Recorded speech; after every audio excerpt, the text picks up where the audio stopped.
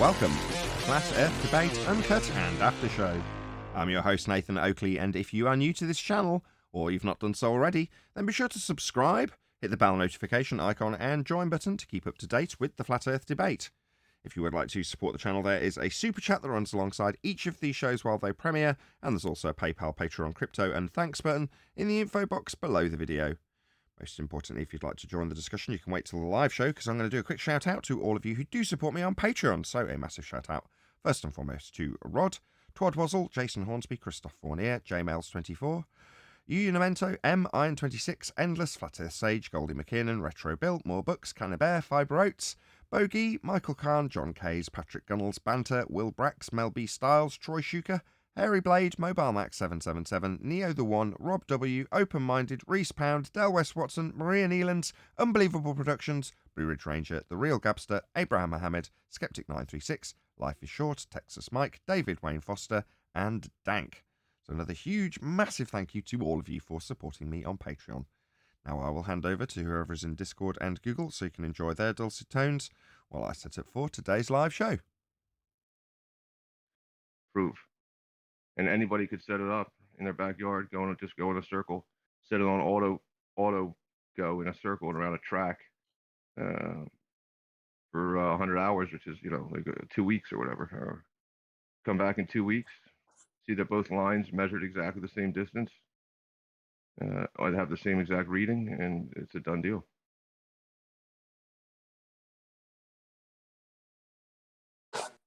I missed the beginning. Well, I don't know. Maybe. Well, I don't know. Again, what you thought. I don't see how this would prove anything, but whatever, man. Yeah. For me, the biggest proof you have is the oceans and the way we travel. Any type of traveling, by land or sea.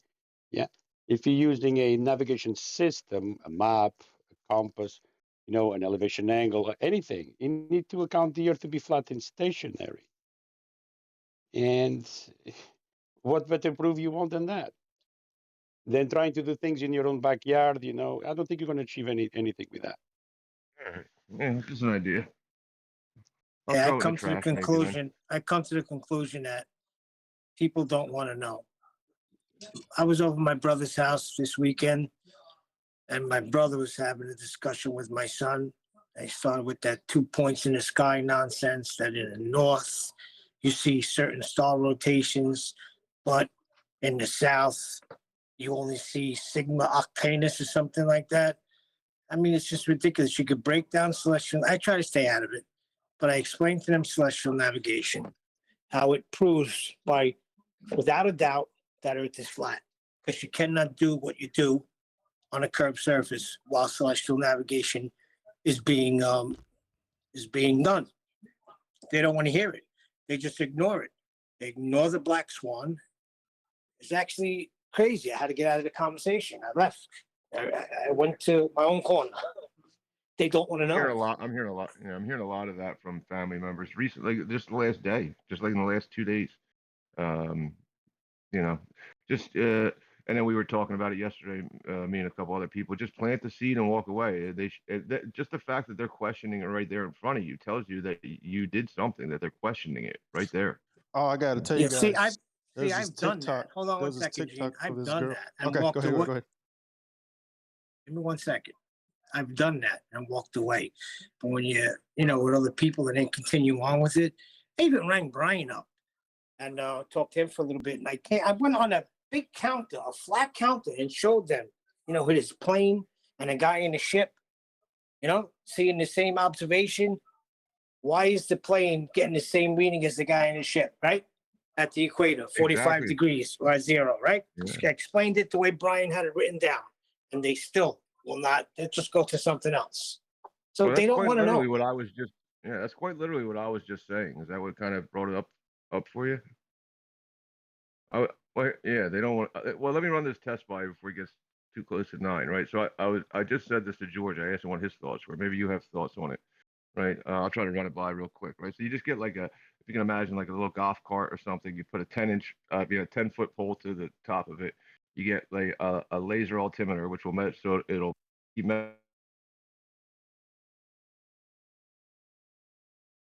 Sorry, hold on. You there? Yeah, you dropped for a second, but carry on.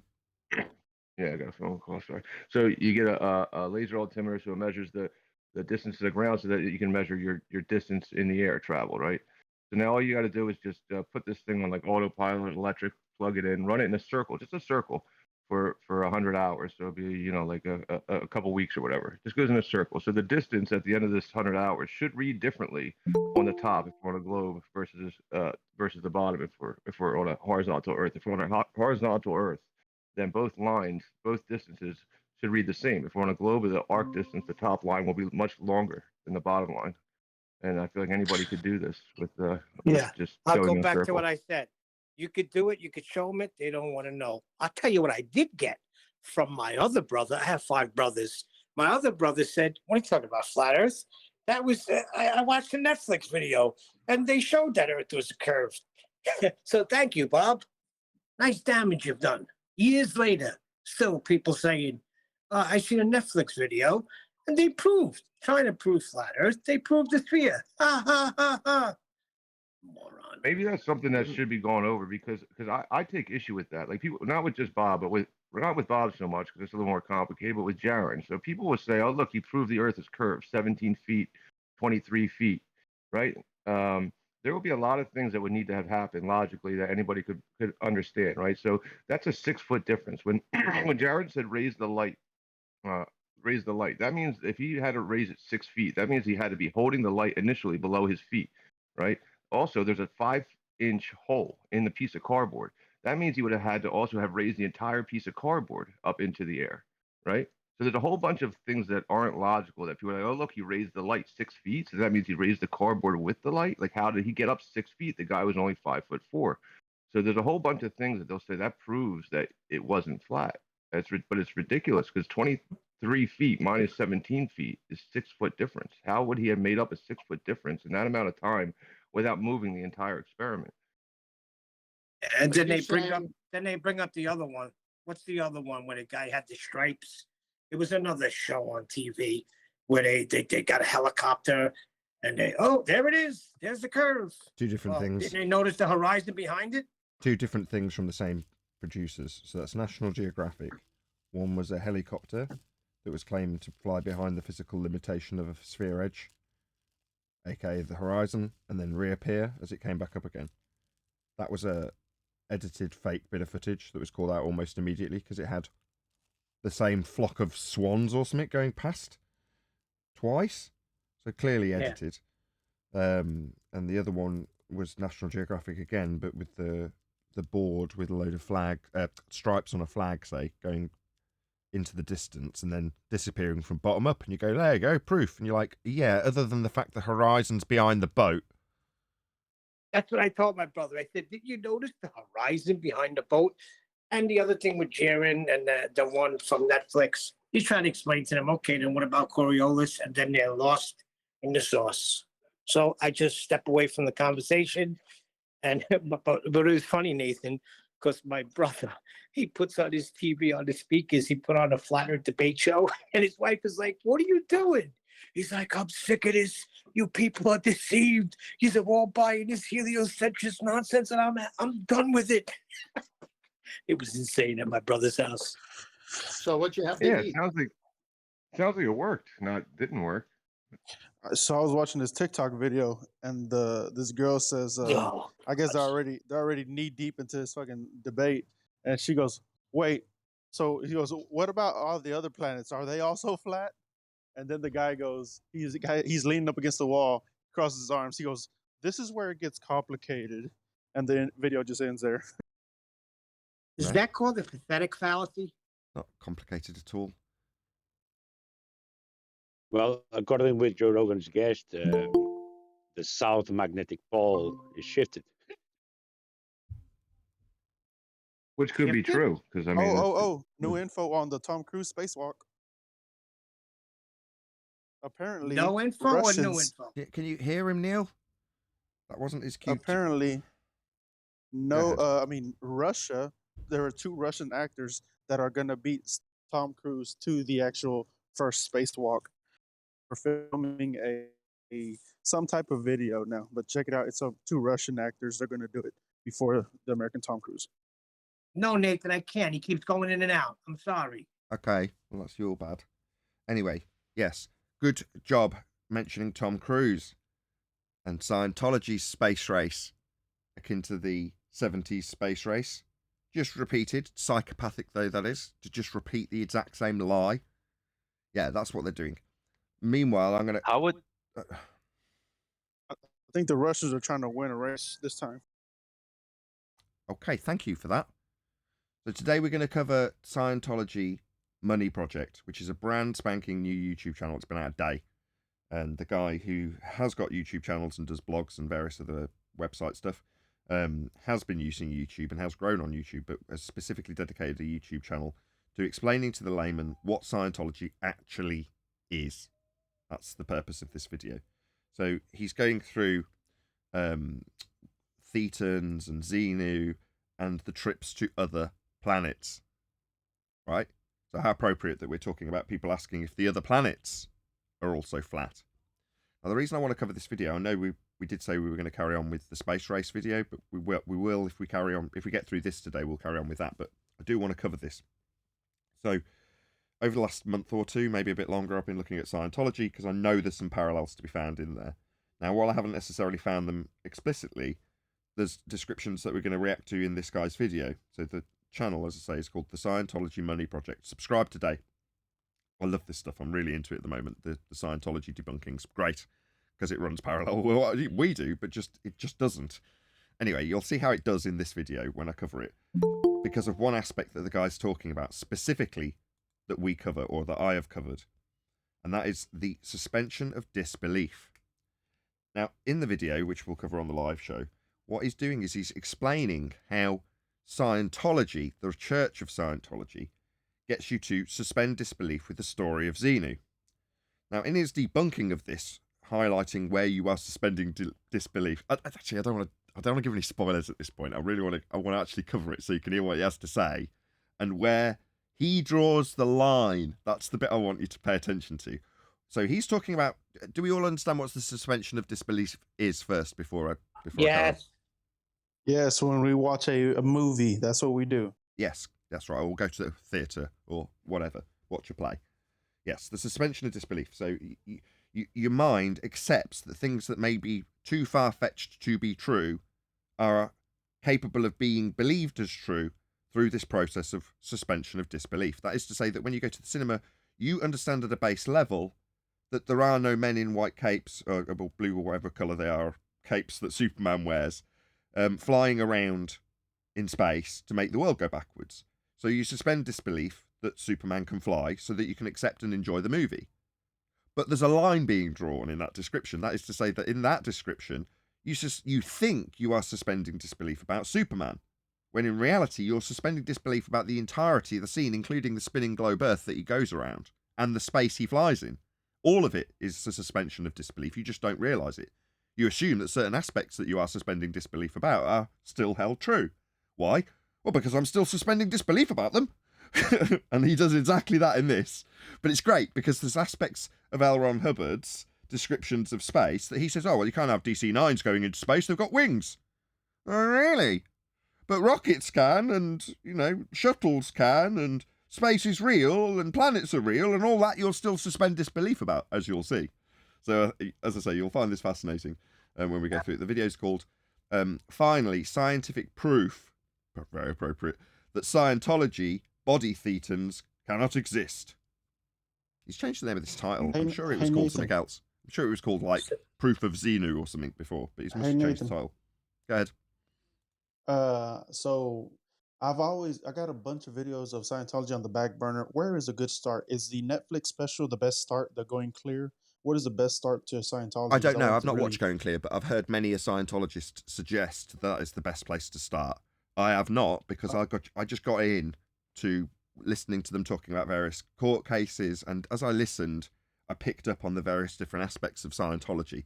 So it's quite good when I got to this video, when he's talking about the writings of L. Ron Hubbard and the type of writings and how I automatically know, because of just having it slightly drip-fed to me with other videos, what he's talking about and how a person who's receiving this information is positioned within Scientology when they receive it.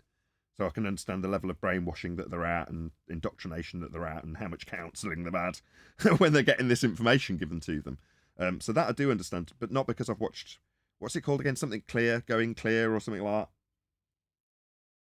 Yeah, I think something clear, but I don't even know if it's still on Netflix. But I was just asking you, like, hey, what's the best introduction for it? You know, that is, if I knew the title, but only because I've heard other Scientologists answer that question. Good morning. Morning. Can I, since you're going to cover that in the show, can I get back to when I joined the show today? I heard about Jaren, cardboard, and stuff that I haven't even heard of before. But what is this Jaren cardboard stuff, and how does the Black Swan relate to that? I don't know if the Black Swan relates to it, but there's this Netflix show out there that people like to use, right? They say, oh, look, Jaren, he just proved the curvature of the Earth by asking the guy to lift up the light a little bit so that it would all be at 17 feet, right?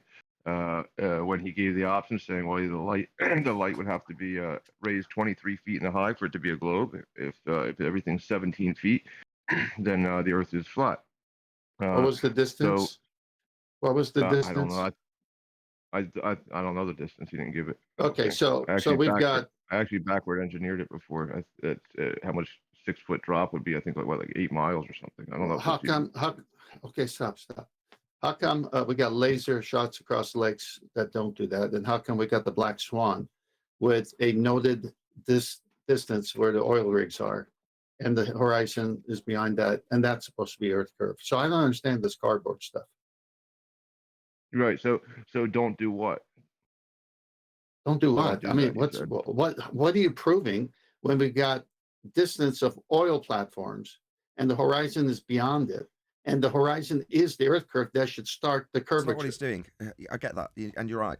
He's saying in isolation, somebody who hasn't been exposed to us outside of this conversation and context that we have now, literally now, could come along, watch Netflix, and go, look, a flat Earth has proved it's a sphere, because they don't understand the context of what's being shown, and they're taking literally a flat earther to be their globe proof, to be their proof of the sphere. And it's like, no, all this really is somebody who's repositioned a flat earth failure and made it into a globe proof so that people on Netflix watching can ascertain their affirmation bias in that means. That's all it is. But that's what he's talking about, not the argument and how it stacks up against the Black Swan. It doesn't. Points or code doesn't what? Stack up against the Black Swan. No, not even in reference to the Black Swan. No. Right. It is in reference to the Black Swan ultimately. But I see what Nathan is saying now. But the point is still something that is happening optically, and then used to say, well, that proves Earth curve. Well, then you can just say, well, how come on this day it's not? Well, on this day, optically, it looked like Earth curve. But today I see, as they say, further. Did the Earth change in size? Does it get smaller and bigger, or what? Or can we just say there's optical illusions and optical things, but that's not the way to prove it? What is what is Earth curve? And that is the horizon. That's the way to prove it. Well, what I was trying to point out was that the test that he put forth, if you real quick run through it. He said 3 coplanar points should all line up on a horizontal Earth. So that means we're at 17 feet elevate. We're at 17 feet. So all these 3 holes that I put in a piece of cardboard should all line up in a straight line. 1, 2, 3, right? So if the Earth is curved, it should be 23 feet, which would be 6 feet difference, right? Of drop, I guess, from that distance to whatever distance he was at. I'm lost. Lost. Stop. I'm lost. I need to see this. You explaining it is, I don't know what I'm looking at. I'll tell you what he's doing. Well, okay. What Jaren's done is he's taken a misapprehension of the begging the question proof of nothing perspective hijacking curve calculator and engineered in a methodology that suggests that we should have a certain amount of drop. You gave it in feet. 6 feet. Really? All right, so we're not dealing with the optics of the camera at all then. We're dealing with a Muppet Vision orthographic representation with a feet and inches claim that doesn't change with distance. Not optical. Sorry, what's that? You say he was looking through a camera, through holes? Optically? What does that have to do with how many 6 feet or 10 feet or 50 feet or 1,000 feet that are missing or blocked by Earth curve? That's an orthographic claim being padded out by a flat earther in an optical representation. Yeah, this is flat earthers who don't understand the claim of a globe Earth. If they did, they'd understand how the calculations work, and they'd understand that feet and inches don't change with distance, therefore has sod all to do with optics. Well said. So yeah, our brethren in the flat earth are thick. Jaron's thick. He doesn't understand how the globe plane works, and has managed to go on Netflix and show how the Earth's a sphere by bastardizing exclusively non-perspective based feet and inches claims. Oh, right. It just shows that Jaron doesn't understand globe Earth maths. How's he going to debunk it if he doesn't understand it? Oh, he didn't. That's why Netflix held him up as a poster child of idiocy and showed how he quote-unquote proved the globe. No, the globe is supposed to be proven by a physical geometric limitation at 1.2 times the square root of the observer's height in feet. That's what it's claimed to be proved by. Yeah, well, what I'm pointing out is that he didn't prove a globe whatsoever because of the things I pointed out, being a 6 foot difference. He's holding a piece of cardboard in a stationary spot, in one spot, and then he asked the one guy holding the light or the camera. He says, "Raise it up a little bit." So if he had to raise it 6 feet, that means that this man, who is 5'8", I think he is actually, had to actually be holding the light or the camera and the cardboard below his own feet because he's not tall enough to raise it 6 feet. Then that means he also would have had to move the entire piece of cardboard, not just the camera, because it's only a 5-inch diameter hole. So he then would have had to have moved the entire piece of cardboard to be 6 feet higher to make this change where he said lift it up a little bit. All of these things would have had to redo the experiment, stop, readjust it to be a 6 foot difference. So it doesn't show a 6 foot difference just with logic, knowing that he didn't climb a ladder because he's not tall enough to raise it 6 feet, even with his arms up in the air. Okay, Then he would fine. have had to move the entire experiment and everything. Yeah. It's not an experiment. I'm sure Jaron called it Right. that again because not only does he not understand globe Earth maths, he doesn't understand science either. So while he might be calling it an experiment, it wasn't. So when he moved it 6 feet, did it account for any of the angular distance changes that would have occurred? Was that accounted for? Oh no, shocking. No, it wasn't. Yeah, because we're dealing So with when people we- that don't understand optics. He didn't move it 6 feet. He moved it like an inch or so, and then people said, "Look, he moved it 6 feet because he wasn't Okay. lined up with the holes originally." gosh. They're just saying he moved it 6 feet. Yeah. So Either does it way. matter? Either So way. when Oh, okay. Good. so when we take a zoom camera and we bring the boat back into our view, because obviously our eyes can't see us with the zoom lens working better than our eyes. We see the hull, the water right at the hull, and it hasn't disappeared. But then when we move away from the zoom camera, the bottom of the ship, you can't see it. And so, as they say, the last thing to disappear would be the top of the ship. But then when you bring in the zoom camera, you see the whole ship in the water. So basically, the angle to the deck is limited, and it's going to be bottom up obstruction no matter what, because you're working on a plane. I agree. I definitely get what you're saying. Like when people say, "Look, I got a picture of proof of globe Earth," it disappears at 1.22 exactly as perspective would work. I do understand what you're saying. The angular resolution changes, and they're attributing it to Earth curve when it's just how our eyes work. I do understand what you're saying on that. Yeah. Correct. And what's happening from the flat Earth side is we're working proactively within their positive assertion to debunk it. It's like, no, didn't need to do that. You needed to point out the flaws in the claim in the first instance. Not go within the begging the question fallacy and start seeing if it pads out or not. You've already lost. You've already begged the question for them. That's why they utilised it. Yep.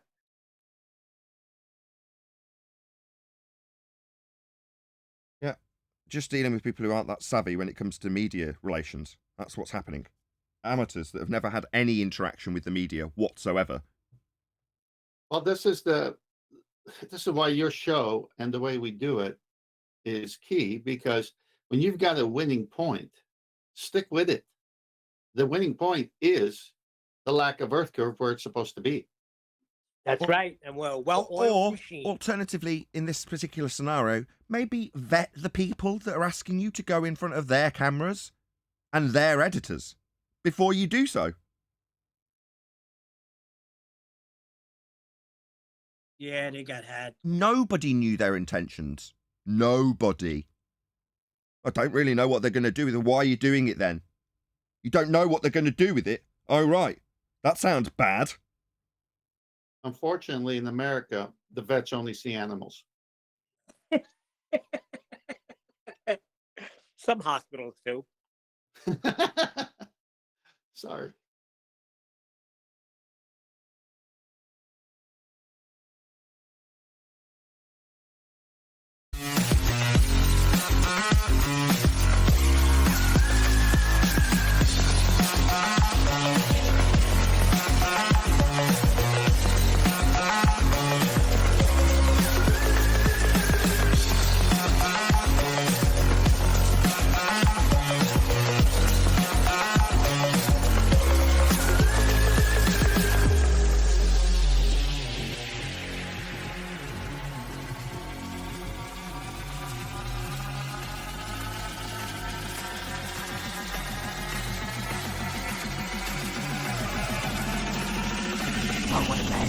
Welcome to Flat Earth Debate Live.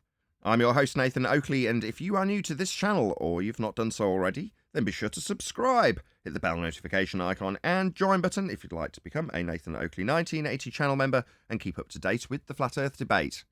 If you would like to support the channel, there is a super chat that runs alongside each of these shows while they are live, and there's also a PayPal, Patreon, crypto and thanks button in the info box below the video. Most importantly, if you'd like to join the discussion, simply mute the page you are currently watching, then click the link in the info box below this video to join the panel and express your views on the nature of Earth. If you do join, please don't swear. If you do, you'll be ejected, and if you are, please don't try to rejoin the stream using sock accounts. You'll be warmly welcome back on the next stream. Please also share the show on social media. Sharing the show obviously increases the live audience, but this in turn increases the chances of a more diverse panel, so please share the show on Facebook and Twitter. Now, we are joined by Neil, 10th Man, Eli, and a whole bunch of people in Discord, so welcome one and all. Yeah. Let's get it going. Hey, where's the energy? Go on. Hey, 3 Dog Night. Eli's coming. Excellent. Any evidence of axial rotation of the Earth-based variety? None whatsoever. None. Absolutely none. Any evidence of the distance to the sun? How would they know that? How would they even get that? Is there a tape measure made by somebody that goes that far? It's measured in Or do they calculate for that? sun distances, Einsteinian base. So it's calculated through math. Yeah, it's not measured. And we could derive a debunking for every single one of the claims that the presupposition is based on. Any evidence that you can acquire an elevation angle measurement from a curved baseline? Like on screen now. I still wanted to say it's based on a model, right? The distance. So they can you have show the us? model. Can you show us that? No, you can't show it. You can only describe it. It's a funny model. Yeah, but it is technically a model, right? It's an assembly of different factors that are arranged to be in a certain way, and because they are, it kind of works out. Perfect. But Can you there's no show me proof them? for But any. they never there's get no proof assembled? for the Hold on. evidence. Can you show me them arranged in that certain way? Can you show me that? No, I can only describe it. I mean, so you some can't even people show out them there arranged might in a be certain able to way. do it. You can just describe the various aspects that you possibly can show individually Right. as being described together in a certain way. Okay, that's fascinating. Right, like the distance to the sun and like how much the earth is curved and how much the gravity is, all those things, the distance or the size of Polaris being the same, those are the assumed factors that together assembled make it sort of work. But there's no proof for any individual element of them, mind Can you. I ask a question? Is the model ever assembled in full? Well, No. I could see it. No. Thank you. No, but they do have pictures with scaling values at the bottom. Yeah, They do. I've seen them. yeah, too bad there's no map that is actually completely consistent in its scale over the entire map. Well, the more important part is it doesn't matter what pictures they show. How did they derive with this so-called fact of theirs? They need an R value, do they not? We'll cover a couple more housekeeping questions. Any evidence that there's an R value measurable? That's an Earth radius. No, there's no evidence of that because then you would have curvature and we'd all see it and it'd be a, what would you call that? An Self-evident. axiom? Self-evident? Yeah, an axiom, self-evident truth. Yeah, if we had curve, we'd see curve. There wouldn't be any inference needed. It would be self-evident and measurable. It isn't. And the claims of measurements have been debunked by us. Last but by It no makes means least. sun angles, Just sun last angles. but by no means least, because we're going to move on to a video. any evidence you can have gas pressure without the necessary antecedent of a container to press upon? I know that all the scuba divers are on our side of this argument. Yeah, scuba divers. No. Well, gas pressure. but Yeah, that's what I'm saying. They need a tank with air when they go down for 45 minutes. They know they need a tank, and gas pressure is only Gotcha. possible if it's contained. Gotcha. Go on, Owen. but the ballers do believe that they have containment. I mean, it's not actually containment, but they think of it as containment, and so they don't claim that they don't have a container. Here's They their just container. think it's an open container. We're not that talking about works. mind experiments. We're talking about physics, things physical, things that actually occur. And in that regard, this you've got is- a law of nature in regards to gas behavior. If you don't have a container, a physical barrier, then the gas will expand into whatever area of space it has to fill. That's not what Owen said. Owen Well, said they got an disagree open with that. container. No, Danny Faulkner has said that the air gas molecule that's above the other gas molecule is a vacuum because it's less pressure. So that less pressure is, he interprets that as a vacuum. Well, he's correct. That's correct. That's how it's defined. So if you look at NASA, they will define the sky vacuum as starting at ground level. Now, the variations in the gas pressure that we have, they also define as a varying vacuum. So if you remove the air from something, i.e. lower its pressure, that creates a partial vacuum.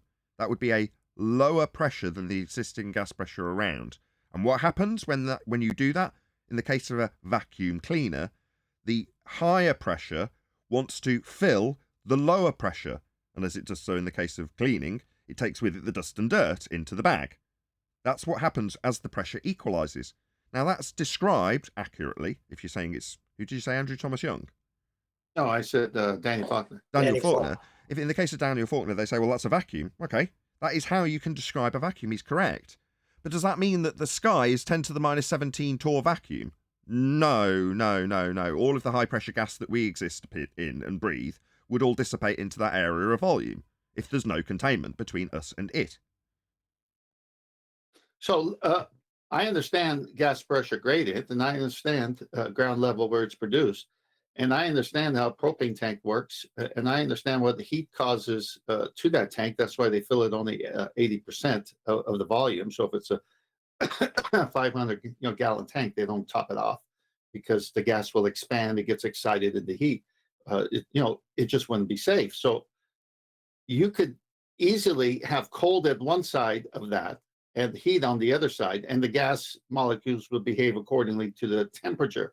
You need temperature, volume, and containment. It still needs containment.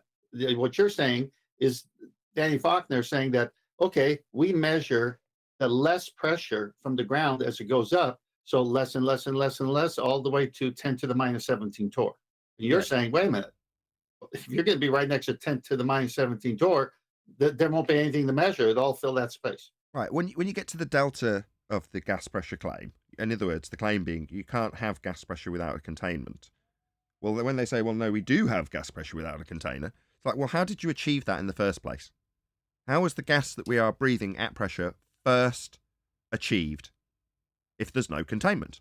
When the gas left the ground or came out of some vegetation or whatever it was that was producing the gas in the first place, it leaves the ground and goes in whatever direction it's travelling in, indefinitely, until it either collides with another gas molecule or the walls of the container. That's it. Now, if it doesn't collide with the walls of a container, this is the first gas molecule produced at ground level. Where does it go? It goes up and away and never returns. And every subsequent gas particle that is produced does exactly the same thing. It comes out of the ground and goes into the area of space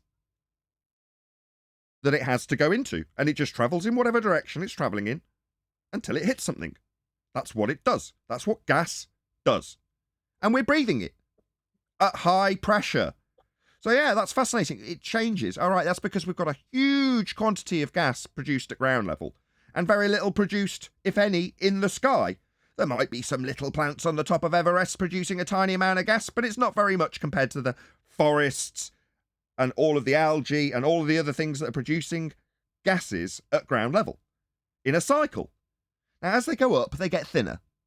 But in order to be pressure at all in the first place, they must be contained. There is no other way to achieve gas pressure in the first instance. Now, the reason I've gone into that in such great detail, I'm just going to quick shout out because I've had the chat on for a while, to Shatner's Bassoon, who says, Anton Petrov channel for the treatment, 1.1 million subs. Now, the treatment is QE's name for doing a reaction video. So we don't do treatments here. Also, calling a reaction video the treatment doesn't make it copyrighted by Quantum Eraser. I just want to clarify that now. Okay? Just for anybody who thinks that, well, you're doing treatments. No. Treatment's just a new name for reaction video. Now, that's good that he's managed to brand it, but that doesn't mean that somehow I'm doing treatments. Okay? Well, thank you for the super chat, Shatner's Bassoon. Really appreciate it. You'll be hearing from QE's lawyer. Exactly. That's where he wants it to go, and I'm not going to buy into it. I'm not having it. Not one bit. It's just a reaction video. But it's not just a reaction video, it's the treatment. It's the QE treatment. Copyright QE. Anyway, that's not what we do. We're just doing humble reaction videos in that regard, and one of those that we're going to do right now, I'm going to share the link to this again. I just shared it earlier because I thought we'd get into it a little while ago, but we didn't.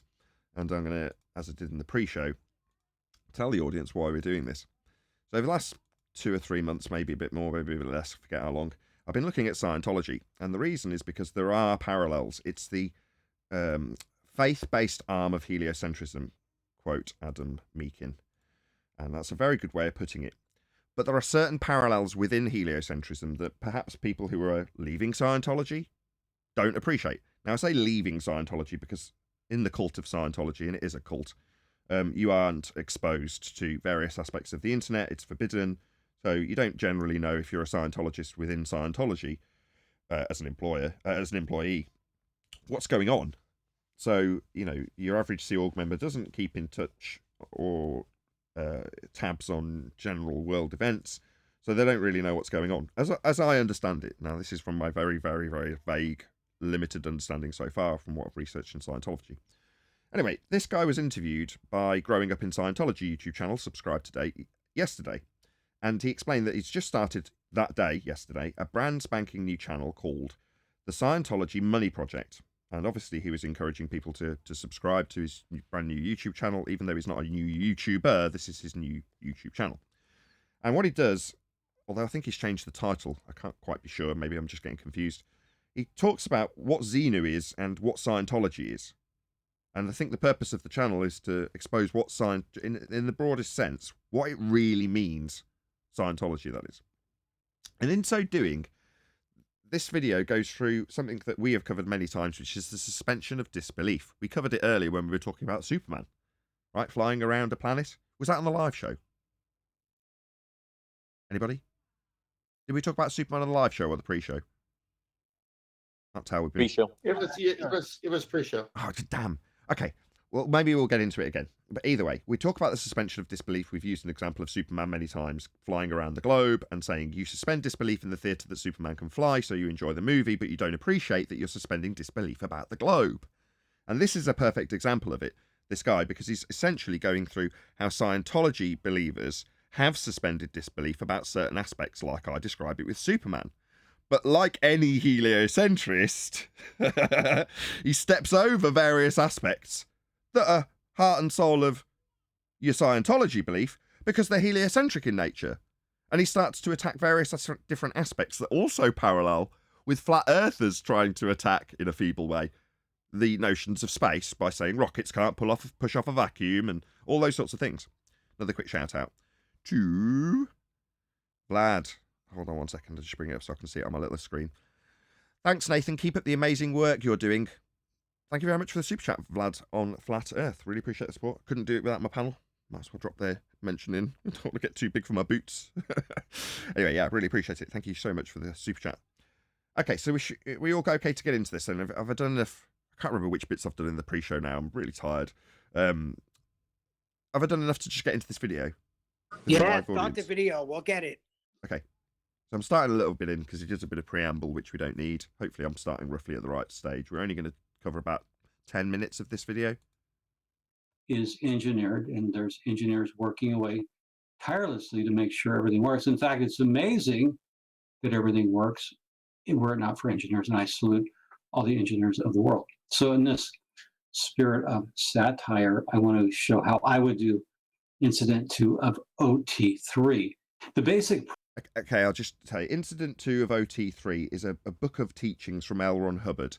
Incident 2 is a certain story that you're exposed to at a certain stage of your Scientology learnings. Quite high up, most Scientologists don't even know who Xenu is because they haven't been exposed to it. So that's what he's talking about. He's talking about a certain section of a certain book with a certain story. That's all that means. Premise of Incident 2 of OT3. There is an Incident 1, but that happens much, much earlier, and that'll be a topic for another podcast.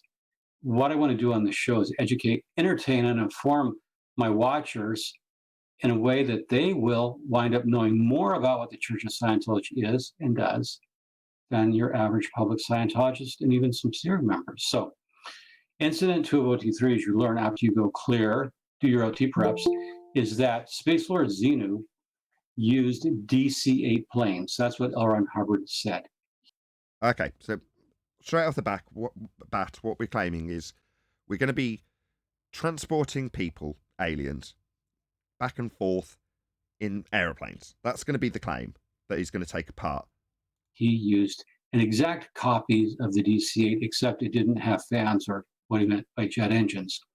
So what I'm showing here in this picture, this drawing I did, is a DC-8 Xenu Air, no jet engines. So we assume it's propelled by rocket engines.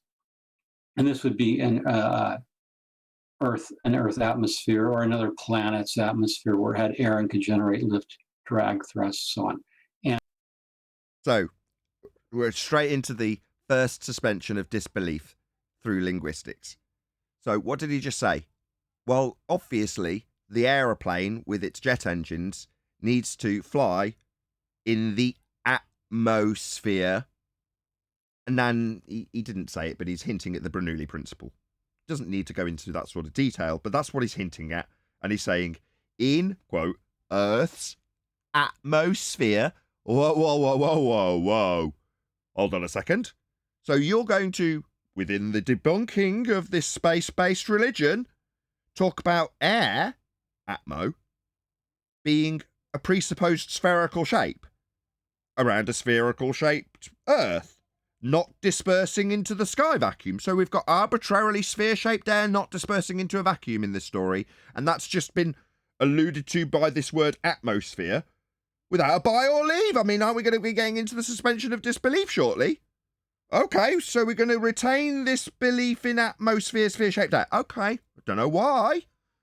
Well, wouldn't all this be up for assessment as the religion of Scientology? Oh, it's only the bits that are slightly different from heliocentrism that we're going to critique by this guy. I see. I wonder why. Go ahead, whoever that was. Yeah, that was me. So basically, your analogy at the beginning with Superman and the globe, Superman would be the airplane and the atmosphere would be the globe in this case. No, the globe's the globe. No, in the sense of him saying atmosphere, sneaking that in. That's like the globe in the background of Superman, because Gotcha. all you're doing Yes, is... comparatively speaking, he's taking apart the aeroplanes like we would take apart flying Superman, and he's automatically begging the question and assuming that the sphere below is just real in Superman's imagery. Well, in this case, the atmosphere's still real. The planes that are normal work in the atmosphere. Like, all right, we're already on the route to begging the question of sphere-shaped air not expanding into a vacuum. Because the space religion, the bits that you don't like, they're farcical. The other bits accepted as true, because they're part of your current religion, which heliocentrism is the base of Scientology. In case you didn't realise, it's just another religion. It's just an offshoot. And so this is the basic premise. Now, this particular slide is the the civilian version, and not the military one that we'll be seeing later. Ooh. So, because for great crimes, you need military hardware often. Okay, so L. Ron Hubbard laid out specifications, and you can pause the video if you want to read it. And these are some considerations I have. But basically, L. Ron Hubbard stated that 75 million years ago, there was a galactic confederation of 76 planets. Okay, so what I was going to do while I was thinking about this morning is cut L. Ron Hubbard's specifications for DC-9s, or whatever plane he's suggesting they use, and just replace them with space shuttle specifications. Because they're going to be going to the same place, aren't they? I mean, obviously, it's men as opposed to thetans and aliens in the heliocentric religion. So that's what, less farcical? That men are going to travel on a shuttle to NASA specifications? That's farcical, but when L. Ron Hubbard does it with a plane, that's obviously ludicrous. It's much more plausible when NASA do it, because L. Ron Hubbard didn't have the details worked out as well. That's what he's basically saying, isn't he? I reject L. Ron Hubbard's aeroplanes in a sky vacuum, but I accept NASA's sky vacuum with aeroplanes in it. Why? What's the difference? Oh, there isn't any. Oh, they're just better at lying? That's it. That's the only difference. Each planet had an average population of... Planet? All right, so we're retaining planets. The lights in the sky are little rocks we can travel to, then. That's being retained, not assessed as a religious belief. 178 billion people. So 76 times 178 is 13.538 trillion people in the Galactic Confederation. That is a lot of people. Or human-type people. And because that's what he said of civilizations that they were, he said of the Markab civilization, it goes back, I don't know, billions of years, that it was a very decadent, kicked in the head type of civilization, very much like Earth in the 1950s. People. So, you see what we're doing? We're pulling apart L. Ron Hubbard's descriptions of the aliens out on the rocks in the sky vacuum that we see as lights that twinkle from the ground. So it's going to be the farcical nature of the 50s-based humanoids that are out millions of years ago on different rocks that we see as lights in the sky. Because obviously his descriptions of people being like the 50s, that's ridiculous, isn't it? No, the whole basis of it's ridiculous. The basis is that there's rocks in the sky with people on them. Who cares about his description about the 50s nature of his description when you've got people in a sky vacuum on the lights? Go ahead. So it sounds like he's trying to debunk one while reifying another. Yeah, I don't like L. Ron Hubbard's lies about the sky vacuum, but I quite want to hold up the general sky vacuum lie itself. Why would I reject that? Why would I even assess it? Obviously, it's just L. Ron Hubbard's descriptions of stuff in the sky vacuum that's wrong, not the sky vacuum itself. I mean, you know, it's only so far you should go. Wore fedoras. I assume they smoked cool cigarettes, drove. Therefore, they had a much higher mass and a much higher escape velocity. Perfect. I thought I'd skip too far then. So now we're into the escape velocity, which apparently L. Ron Hubbard didn't have enough detail about. So he didn't have enough information about the lies of gravity and escape velocities in a heliocentric religion. So therefore, we can disregard L. Ron Hubbard's claims about this lie, but retain the lie itself. Escape velocity, what's that? And Hubbard never said how many people exactly Xenu kidnapped and took to Earth, which he called Tishiak.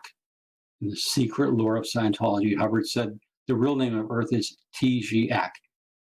So we're retaining the idea that Earth's a planet and that people have come from other locations that are actually twinkly little lights in the sky to what the circle sphere of Earth, we call Earth, actually having a different name.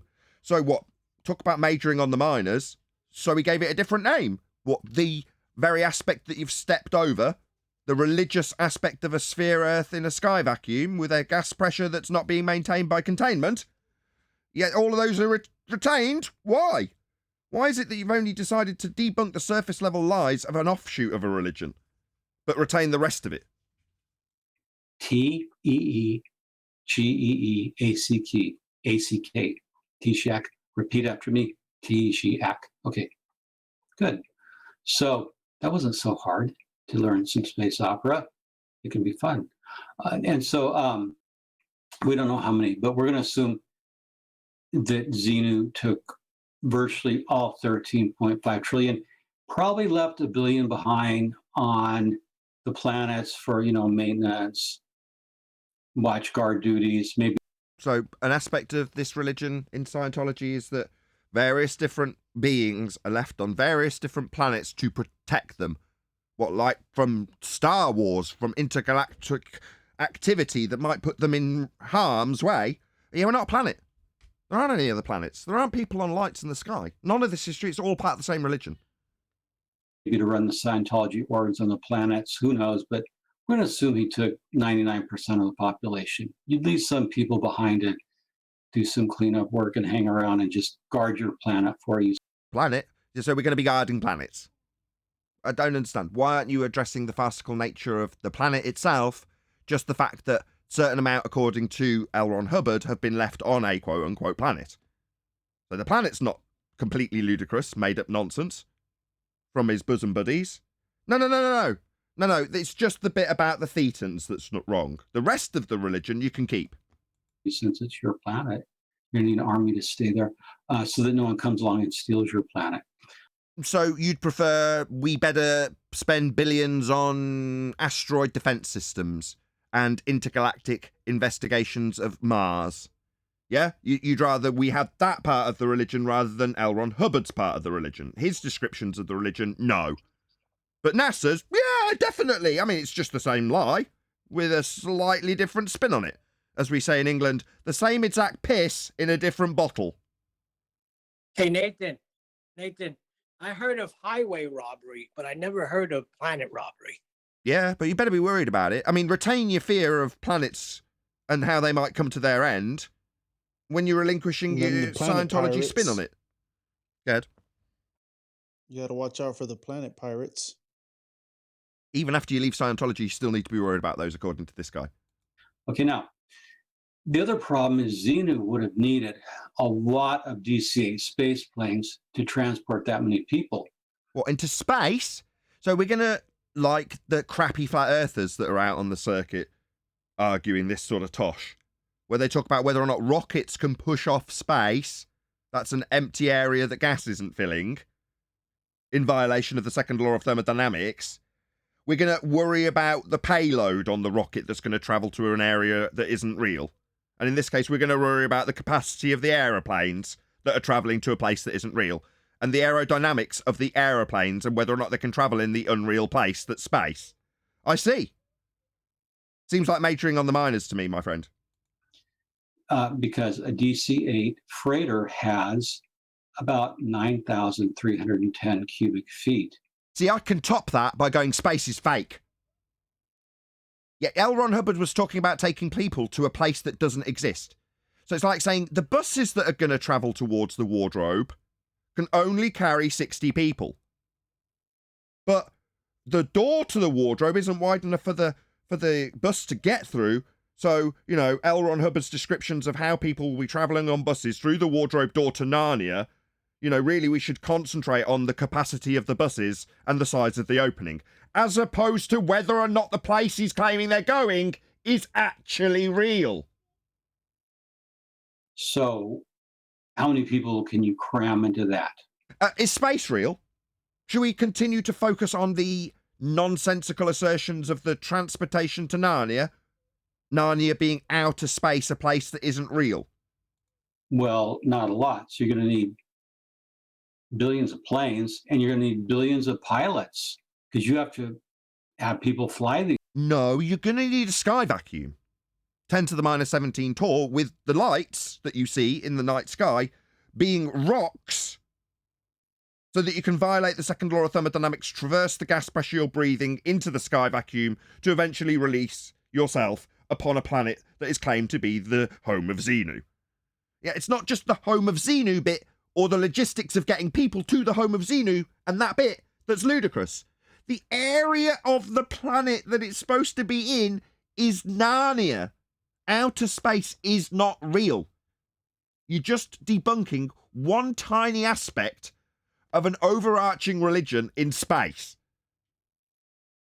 Just the fact that this guy's part of the lies of space didn't catch on, it seems, is all they want to focus on. These things, you're going to need a crew of 3 or 4, I think the No, you're gonna need outer space to be real. early ones had, the early DC8s had a crew of 4.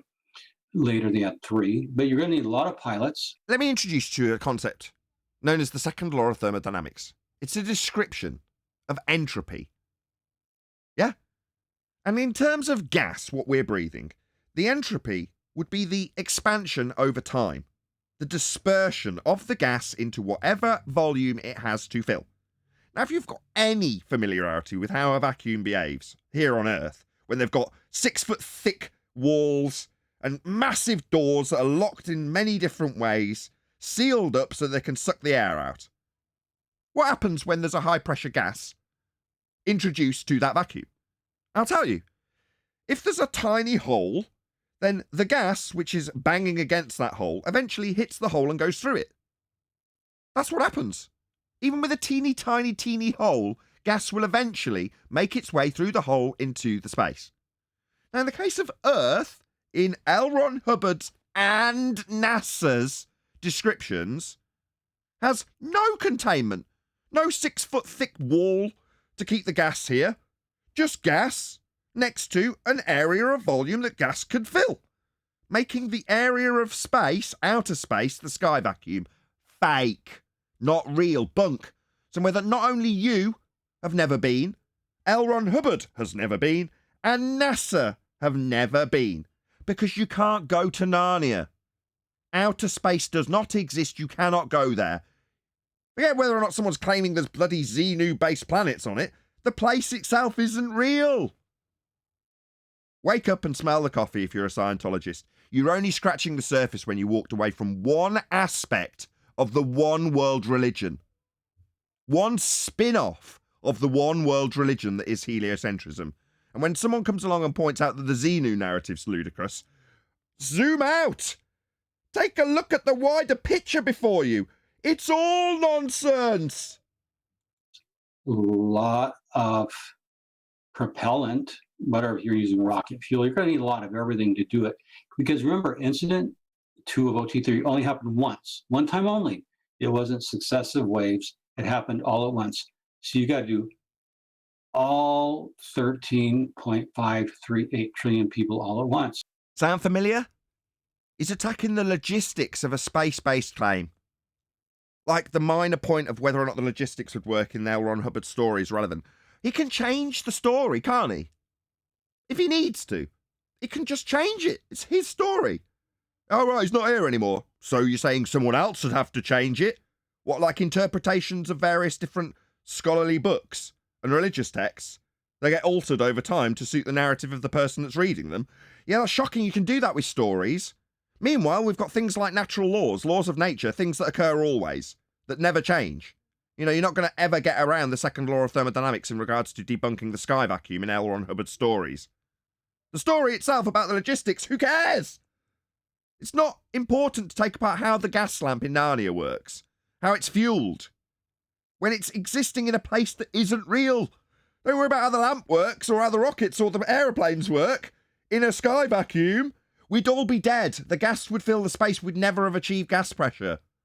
So you got to have all the airplanes, all the crews, and that's a lot of logistics. Again, it's engineering, so you got to line up all the fuel ahead of time, build all the DC-8 space planes.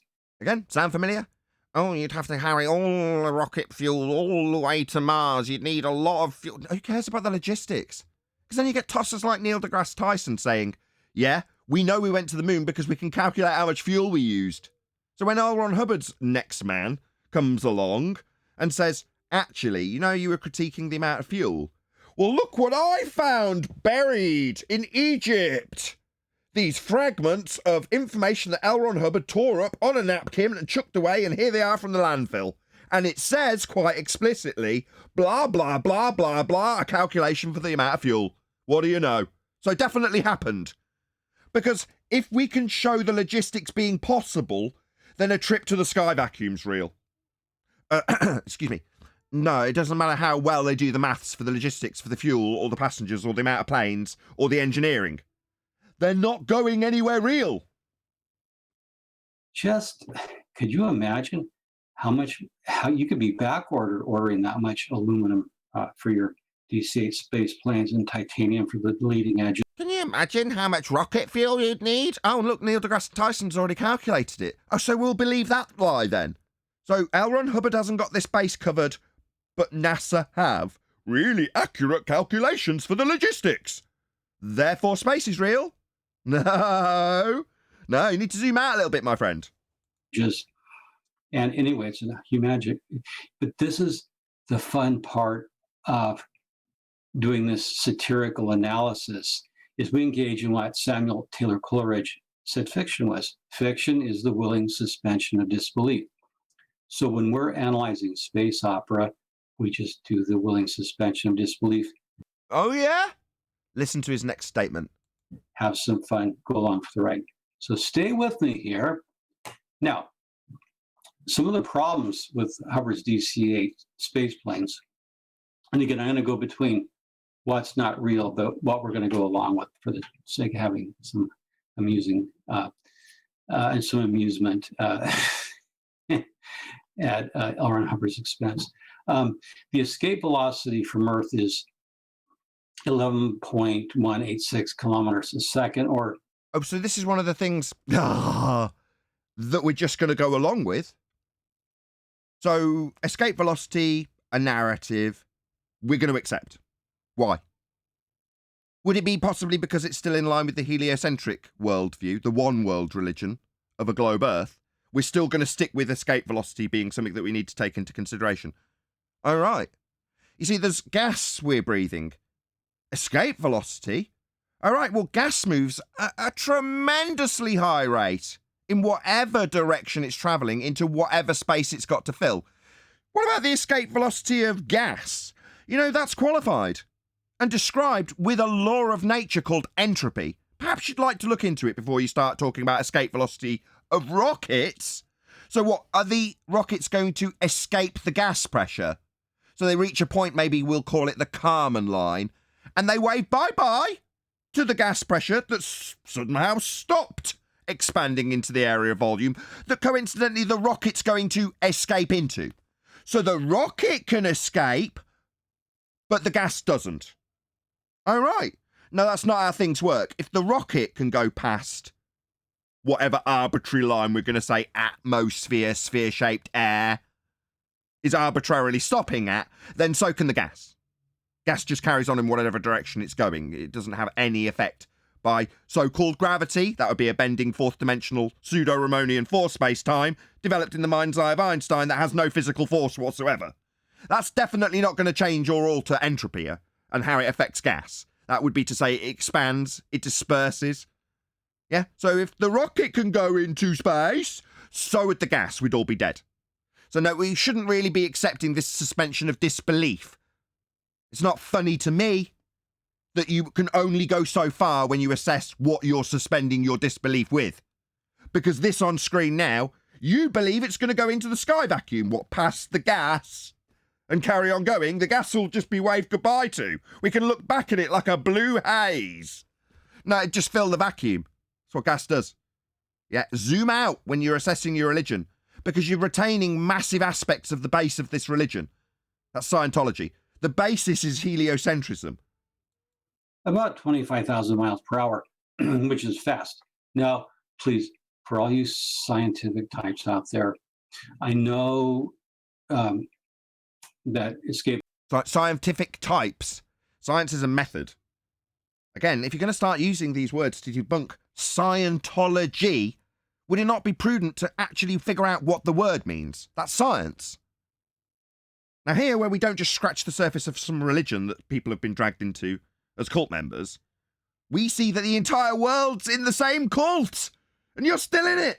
Shout out to JMails24. It says, just got here. Did anyone say 4 more hours yet? I could do 4 more hours. My computer is so stable. But I'm not going to. Unless we get to 150 people watching, then maybe I'll consider it. How many people are watching? 105 people. Well, that's fantastic. Thank you very much to everyone who shared the show. Please smash the share button. Velocity is a term, and you can work around that. But work around it or assess it for its validity when you're talking about the suspension of disbelief. See, I would say that it would be the latter that would be most pertinent in this regard, considering you're talking about suspended disbelief. But we're not going to assess whether or not we've suspended disbelief about traversing gas pressure into sky vacuums with rockets based on their escape velocity. Okay, for all you science types, no. You're talking about the pseudoscientists that also believe, as you still do, in a sky vacuum for rockets to traverse when they have an escape velocity that somehow gas doesn't adhere to. Gas just waves goodbye at the Kármán line, just stays there, maybe changes direction in violation of natural law. Basically, we're just going to use the Earth terms that Hubbard was familiar with. The ones that you're still indoctrinated with, those Earth terms, what the sphere Earth terms is religion's based on, you're just going to keep those, the ones that Hubbard was familiar with. I see. Why? Aren't you trying to relinquish the shackles of religion? No, you want religion, my friend. You need it. Heliocentrism, the one world religion, you're still suckling at that teat, I assure you. In the 50s and 60s, and it's based upon acceleration required to use less fuel to get into space so you can get into orbit or interplanet. Orbit?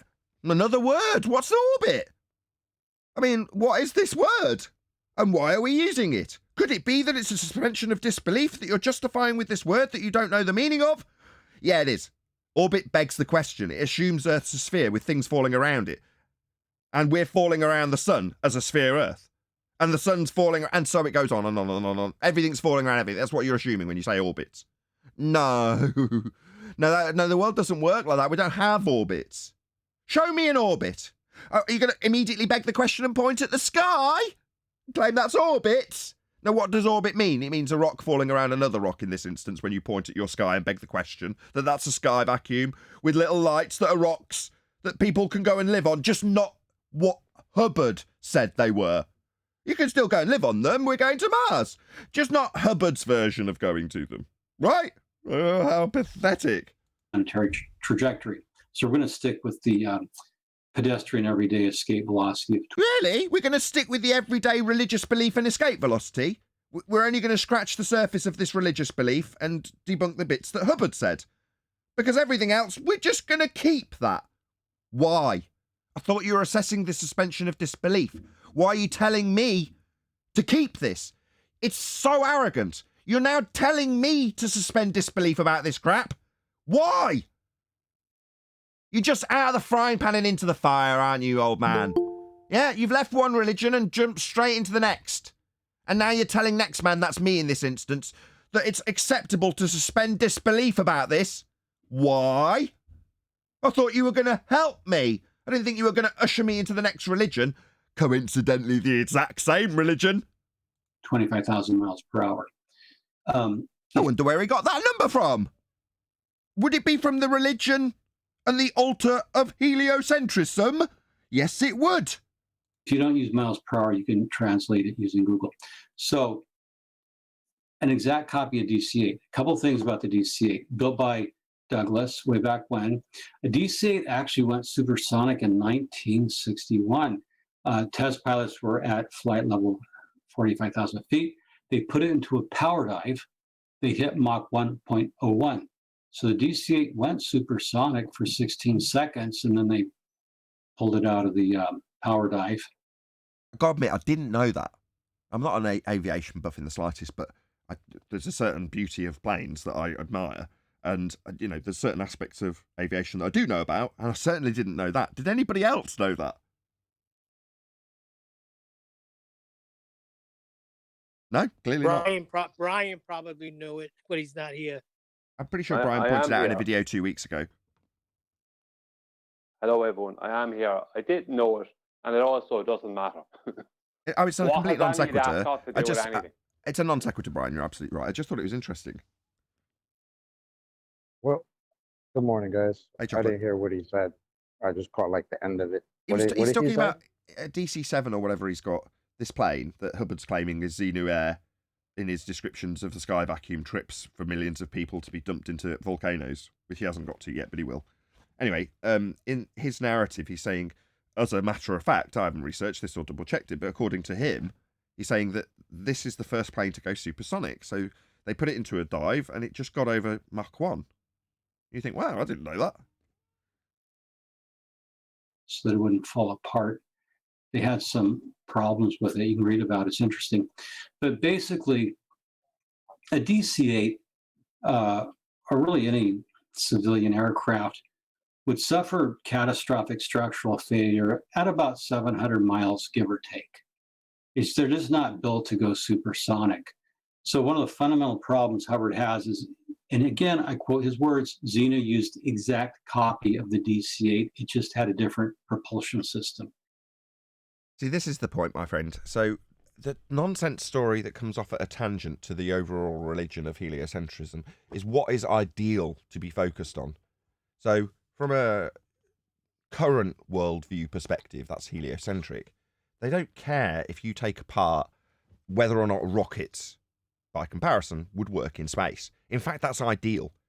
If a flat earther's arguing with a globe earther about whether or not rockets can push off a sky vacuum, then you're all assuming that there is a sky vacuum. So that's brilliant. In this case, you're doing the same thing. Oh, well, the logistics of flying in Narnia would preclude the DC-8 from working. Got it right this time. So, don't worry about the logistics or the engineering problems that you faced with space. Worry about whether or not space is real. I'm sorry, DC space. Go ahead. Sorry, I was just going to say that this guy's argument within the realm that he's putting it, which is heliocentrism, won't make any difference, because the claim is that these DC-8s flew at ridiculous speeds through a vacuum, that is without impediment. So they won't have the issues that it would have flying through air. That's why it's not built for supersonic speeds, because it would have to fly through air, which would be a resistance. You know, because it's flying through a constantly moving medium. You're a trooper. Brian, what Brian's just done is he's saying, look, okay, guy, you're stepping away from Scientology. More power to you. Great. And you're advising others to help them along their road by understanding it or educating people who have no clue about Scientology. Great. But when you offer up an argument for this, it's essentially the same as us defeating or trying to defeat an argument about rockets working in space. And Brian's saying, oh, well, if I was trying to overcome your debunk of Scientology and also work within the framework of heliocentrism, that's globe Earth, then I could say, well, actually, the plane would work. If it had the jet propulsion system that Hubbard said that it had, that was the modification that you claimed, right? Well, no, there's no resistance, so it could definitely go supersonic in space. I mean, in Narnia. Yeah, supersonic in Narnia. No worries, they're breathing argon gas.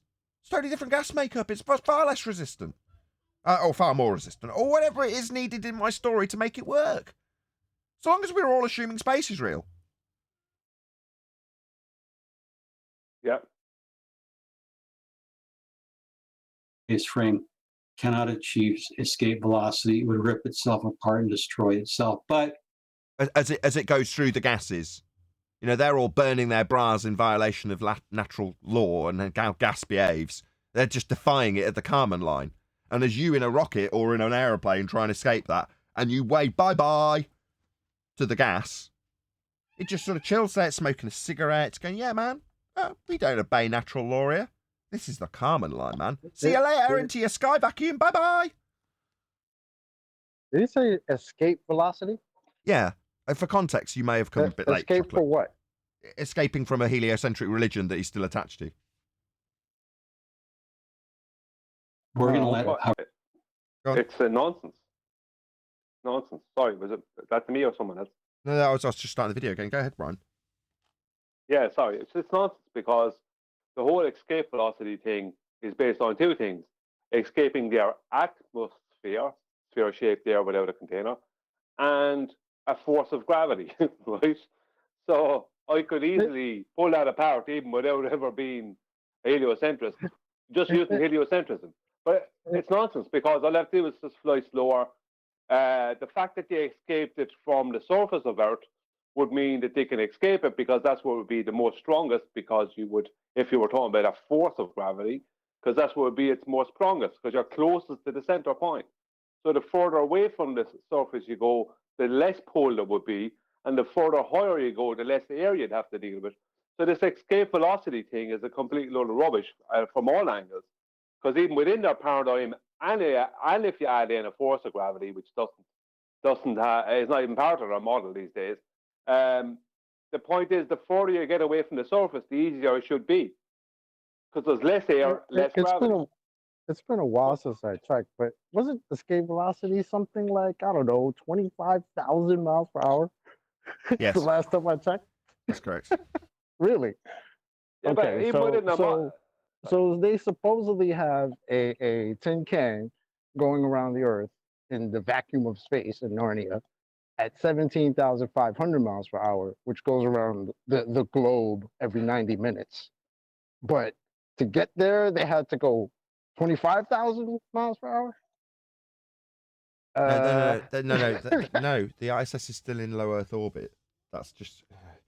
We're into now bandying about their terminologies and descriptions, right? There is no orbit. Orbit begs the question. So when we talk about 17,500 mile an hour speed for the ISS in orbit, so what, it's presupposed to be falling around a sphere Earth, is it? And based on the scaling distance given by Kepler and Huygens, we're going to claim that that's the scale for the ISS, matching perfectly with this underwater model. All right. Is that so? No, just under the light in the sky. Where did we get the scale for it to give the speed, to give the distance? Oh, from the radius value. Where was that measured? Oh, at the geometric horizon. We can't see and can't measure. No, they definitely haven't got the scaling values to give them the orbital distances and therefore the speed of the ISS in a presupposed orbital motion in a sky vacuum. No, I get that, but I like to dip my toe into Narnia every once in a while to point out ridiculousness and irony.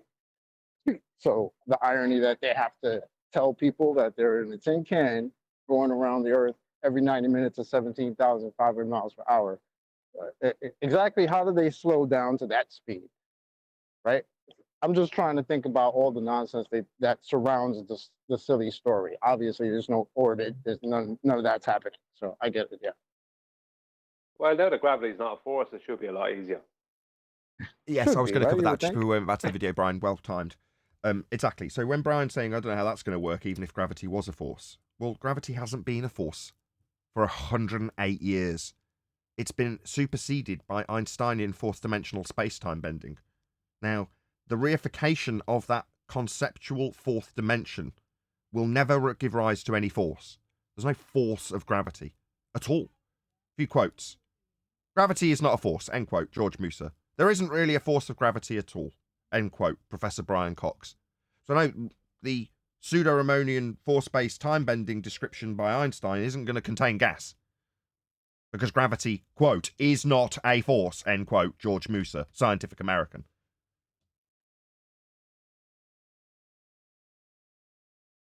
Any more? Should we move on? Hubbard be Hubbard and just say, okay, we're going to go along for the ride. Because why not flag? Why not, right? Why not flag, do as Scientologists do? Okay, now, DC-8's space planes are also absurd because wings are not needed to generate lift in space. There's no... Oh, right. So should we argue about whether or not wings are needed to generate lift in space? Or whether or not the magic carpet works in Narnia? Or should we concern ourselves with if Narnia is real?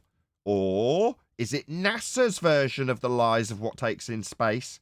Or Hubbard's version of what goes in space? Which one? False dichotomy fallacy. Neither. There is no space. No air. So the other problem is, could you imagine a DC-8, a big gangly DC-8 with 161-foot wingspan? Can you imagine if these twinkly lights in the sky were actually rocks in orbital motion that you could travel to by traversing the gas pressure we're all breathing? Wouldn't that be cool? Maybe we should just assess what L. Ron Hubbard said about that total nonsense I just debunked, and just debunk that. Re-entering Earth's atmosphere. Atmo what now? Atmo begging the question, sphere-shaped air not expanding into a sky vacuum? Definitely not. Part of your religion. Release the shackles, my friend. You're still in a religion.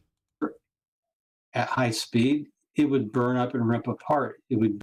through the atmosphere, sphere-shaped air.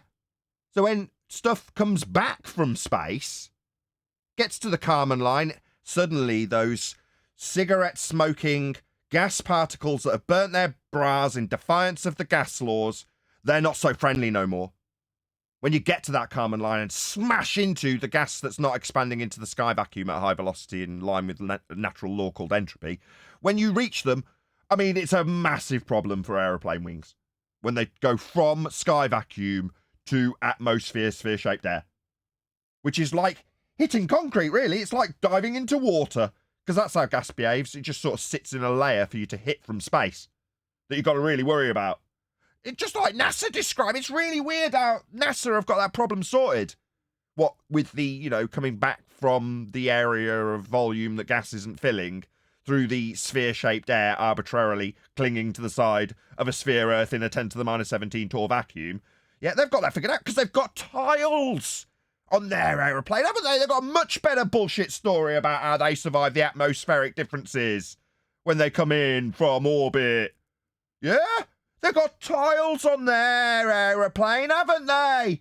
Did L. Ron Hubbard have tiles on his aeroplanes? Did his DC-8s have tiles on them? Well, there you go. If he'd have had tiles, you'd have believed him, wouldn't you? Yeah? Or Narnia's not real, space isn't real, and you don't need to worry about how bad things get when you go from vacuum to Kármán line and beyond. Because that's never going to happen, because all the gas would just disperse into the area you're coming from. That would be out of space at 10 to the minus 17 torr, claimed to be sky vacuum. That isn't real.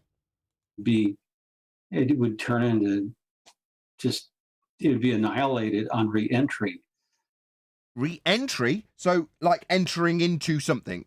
Like from one area into another area. Like walking through a door. Re-entry into the club. What did they go through? Oh, they went through the Kármán line. They re-entered through the Kármán line, right, where the gas arbitrarily just hurls itself frantically to the outside edge of a sphere because Einstein described a pseudo non-existent fourth dimension. No, definitely not. L. Ron Hubbard and NASA's nonsense about what happens when things come from vacuums to gas pressure. Oh no, we've hit the Kármán line. Not so friendly anymore, are they, these gas that are defiant of that natural law that they should be following? A load of crap.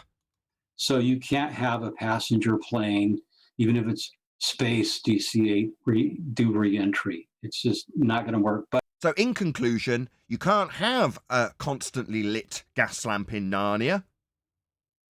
All right. Well, Narnia's real though, right? Yeah, it's just the gas lamp that isn't real. Yeah, well, just suspending disbelief about how the lamp remains lit in Narnia.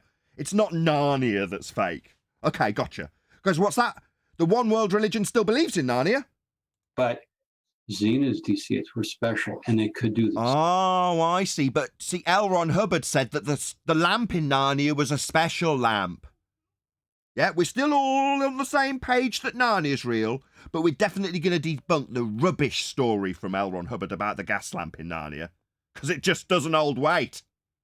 They could achieve escape velocity and re-entry, and they have from the sky vacuum. Oh no! All types of crimes. It would rip itself apart and destroy itself. But we accept the willing suspension of disbelief for this exercise. Have to accept it as article of faith. Okay, so that's what we're doing. We're going to be Scientology OTs for a while. Now, what we're going to do, we meaning me, I'm going to offer a scenario of how I would do it if I were Xena. Okay, I've watched the rest of this bit, and to be honest, he now re-engineers in a more plausible story.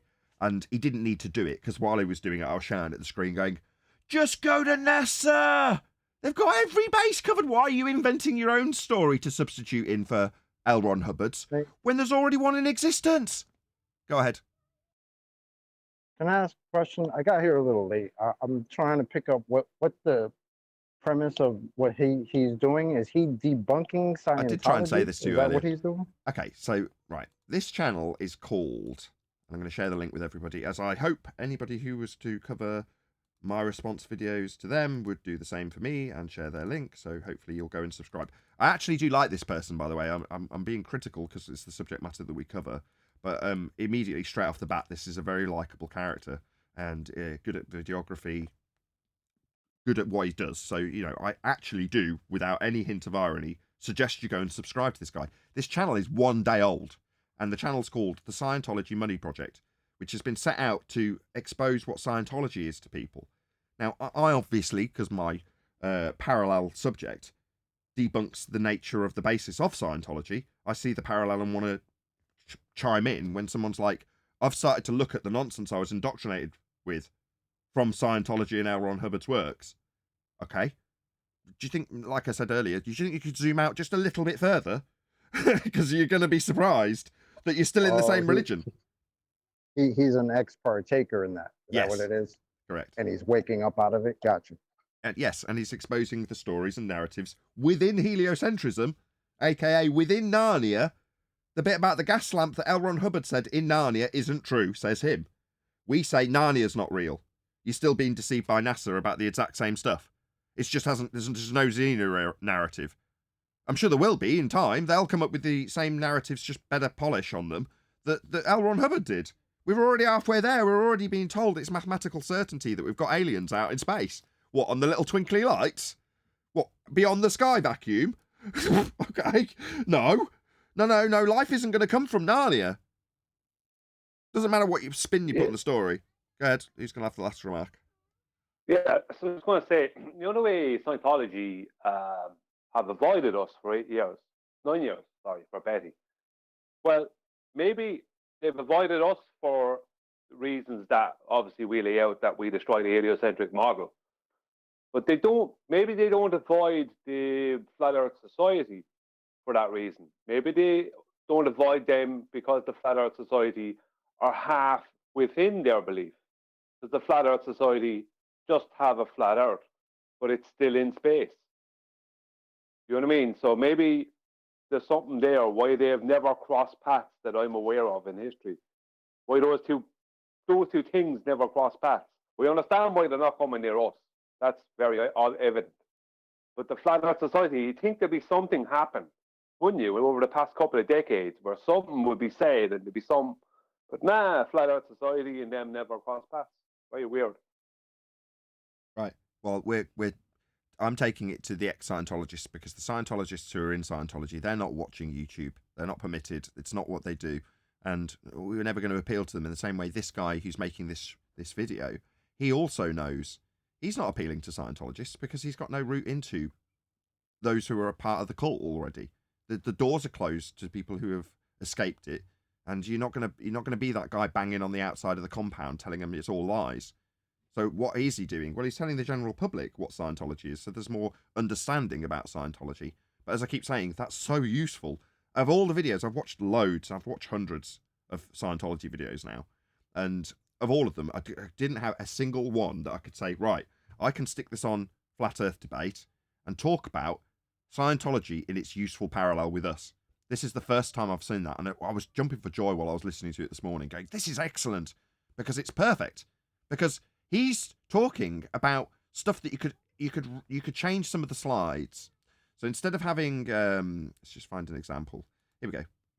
So it's, no, not the volcano stuff, which we're not going to get to. I think the examples might have been a bit earlier. I just want to get to this before we round out this live show. I'm sure there was a plain example. Here we go. So in part of his video, he's got an example that he's pulling apart the narrative that L. Ron Hubbard's given, but isn't looking any deeper than that. He's just talking about space as though it's real. And while he's putting it up and talking about it, you're like, this is just NASA being retained for having a better lie. So I can then put this under the nose of the general populace and go, look, this is someone who has managed to see through the deceit because it wasn't as carefully crafted. So L. Ron Hubbard's stories would all be relinquished. All of the space stuff would have been relinquished, but for the fact that there's someone else out there bullshitting with the same narrative.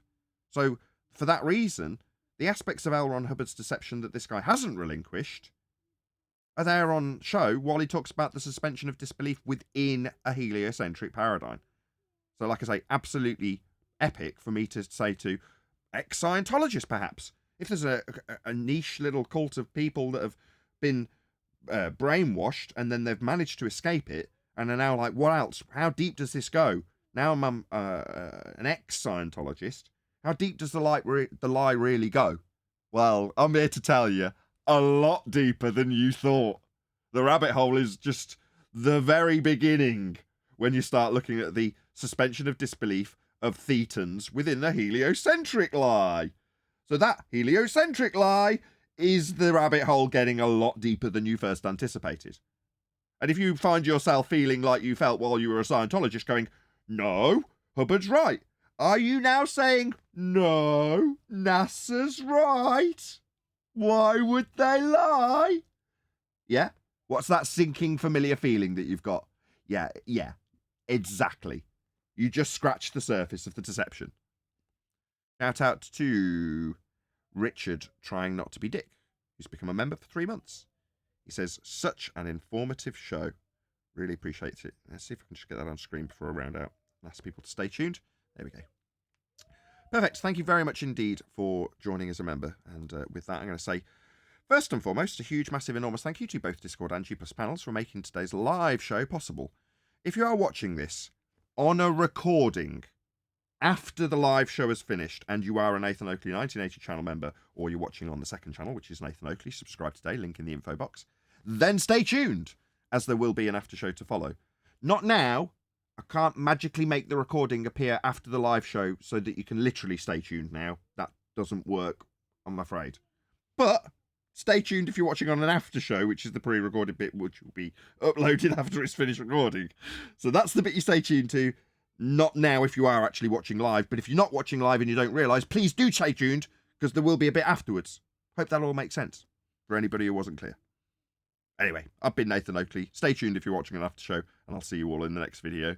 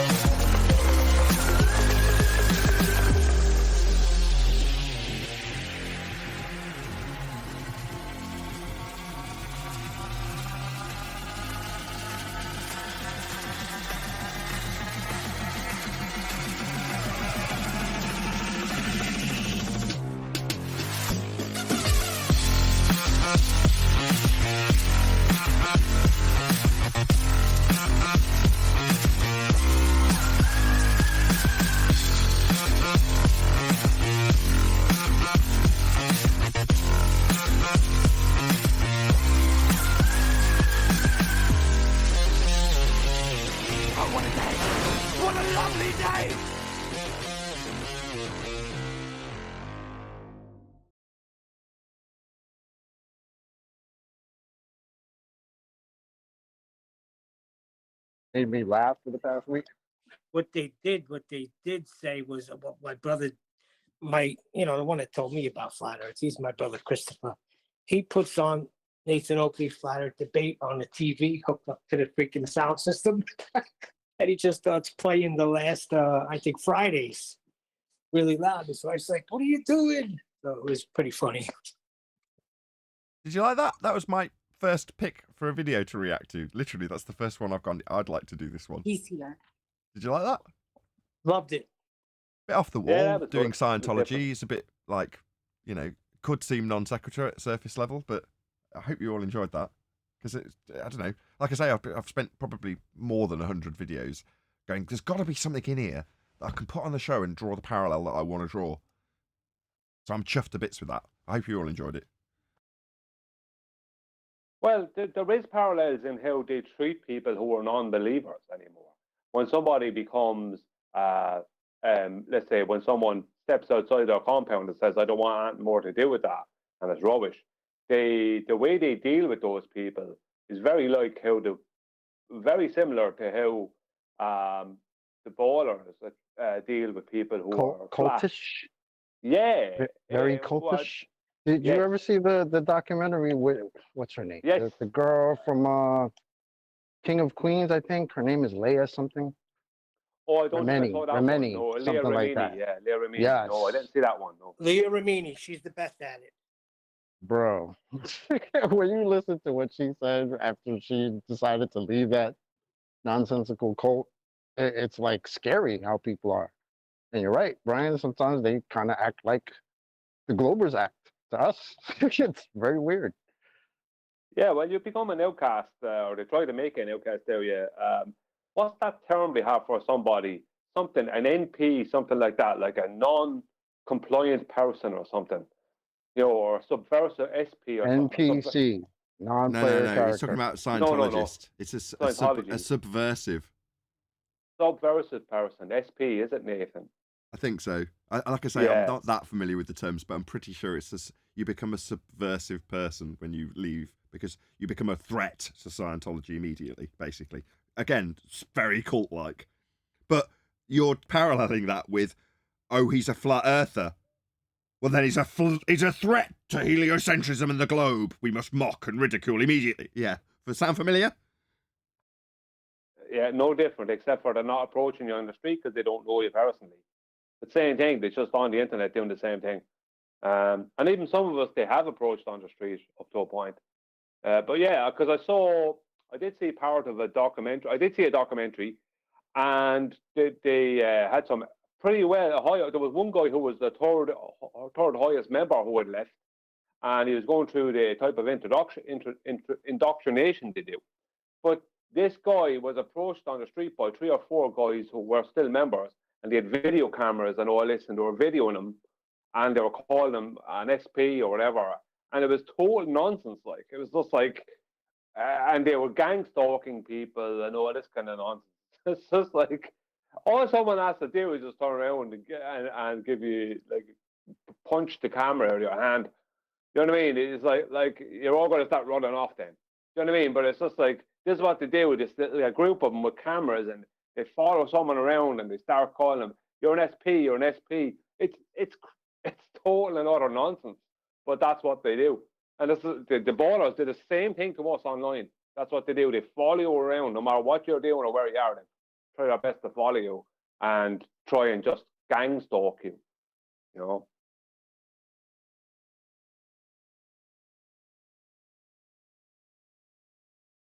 Yep, there's loads of them. There's loads of parallels. But when you put it into the context of Scientology, most people will hear the ludicrous nature of what L. Ron Hubbard said and gone, yeah, I see how stupid that could seem, right?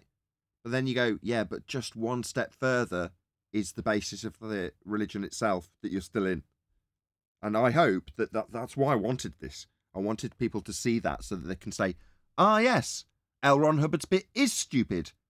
But no, the bit it's based on isn't. And hopefully that will cause some cognitive pain and snap a few people out of their current religion. That's my intent anyway.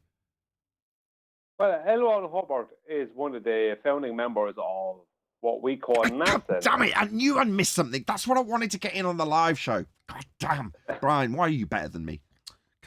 You've now stole that. You might as well go through that. I was going to talk about his company and who... Oh, damn, I really wanted that on the live show. Go on, say it. I'll give my comparison in a minute. Go on, you say that. No, you go on. Just detail who he used to hang around with and who he is and what they represent. Just kicking myself. Yeah, L. Ron Hubbard, Jack Parsons, what's his name, Werner von Braun.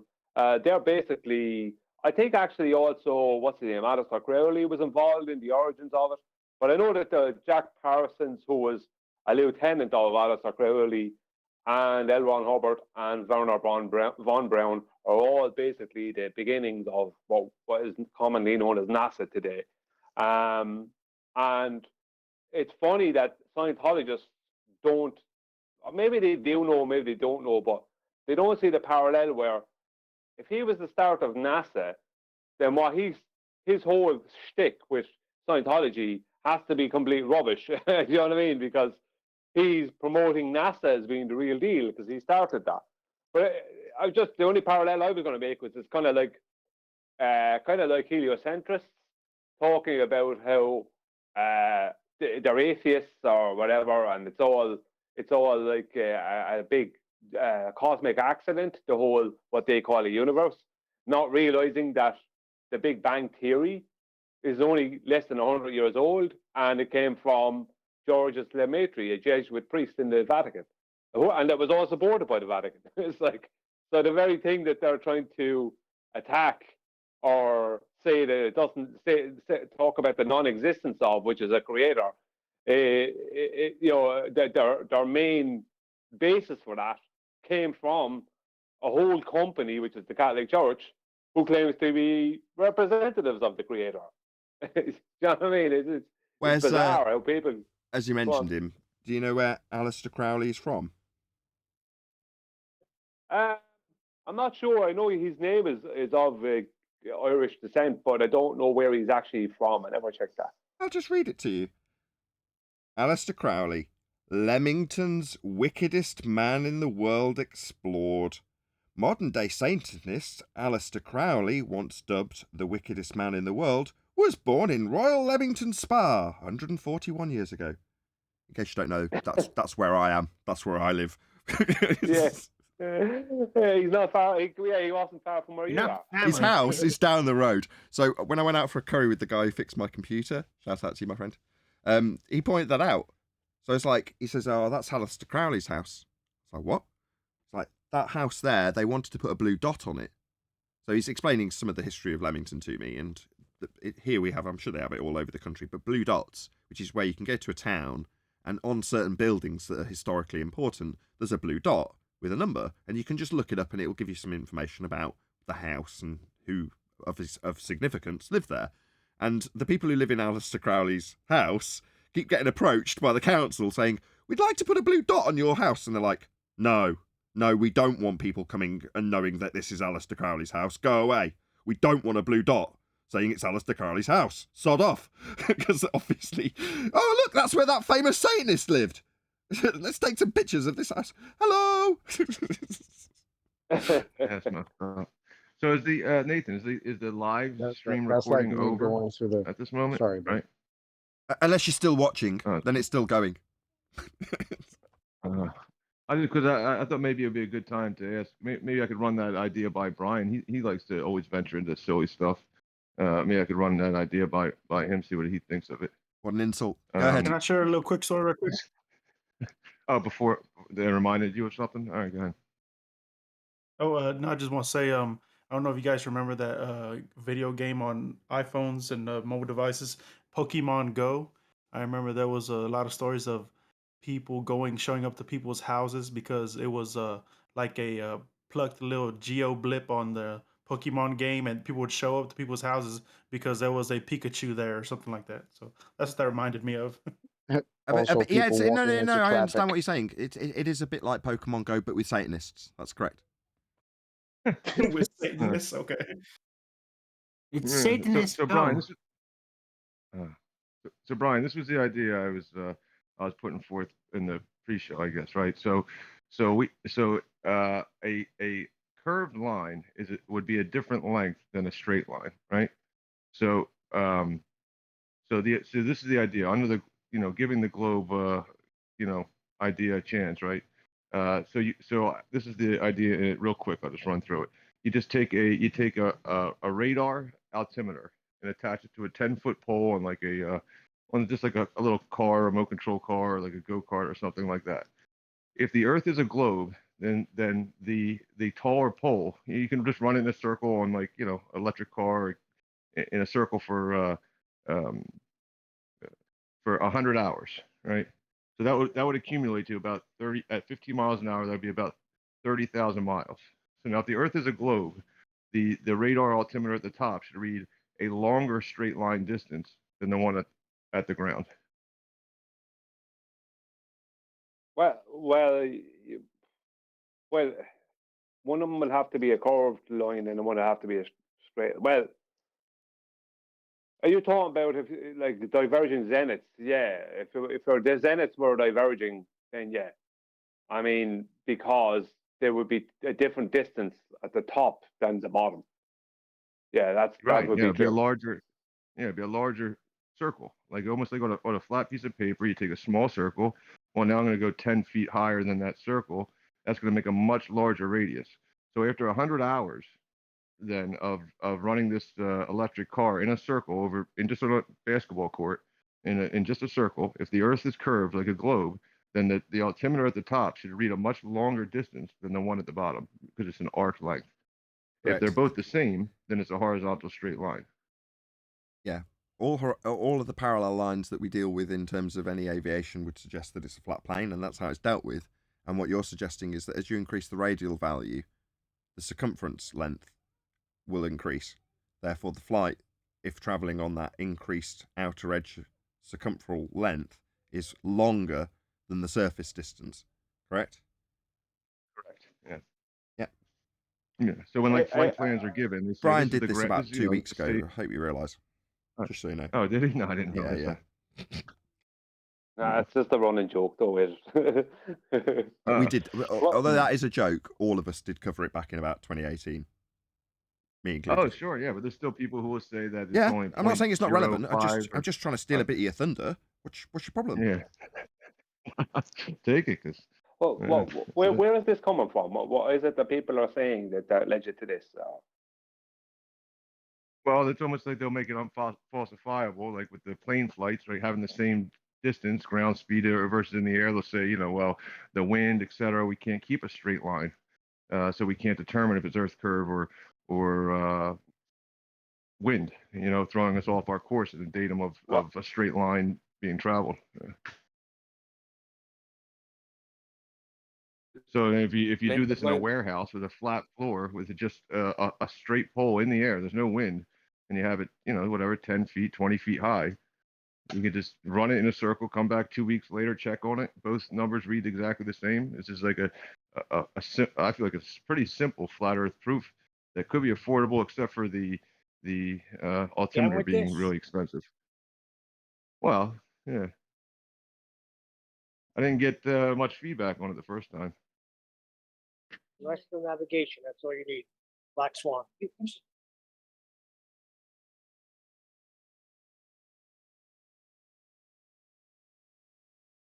What do you think, Brian? Does that prove anything?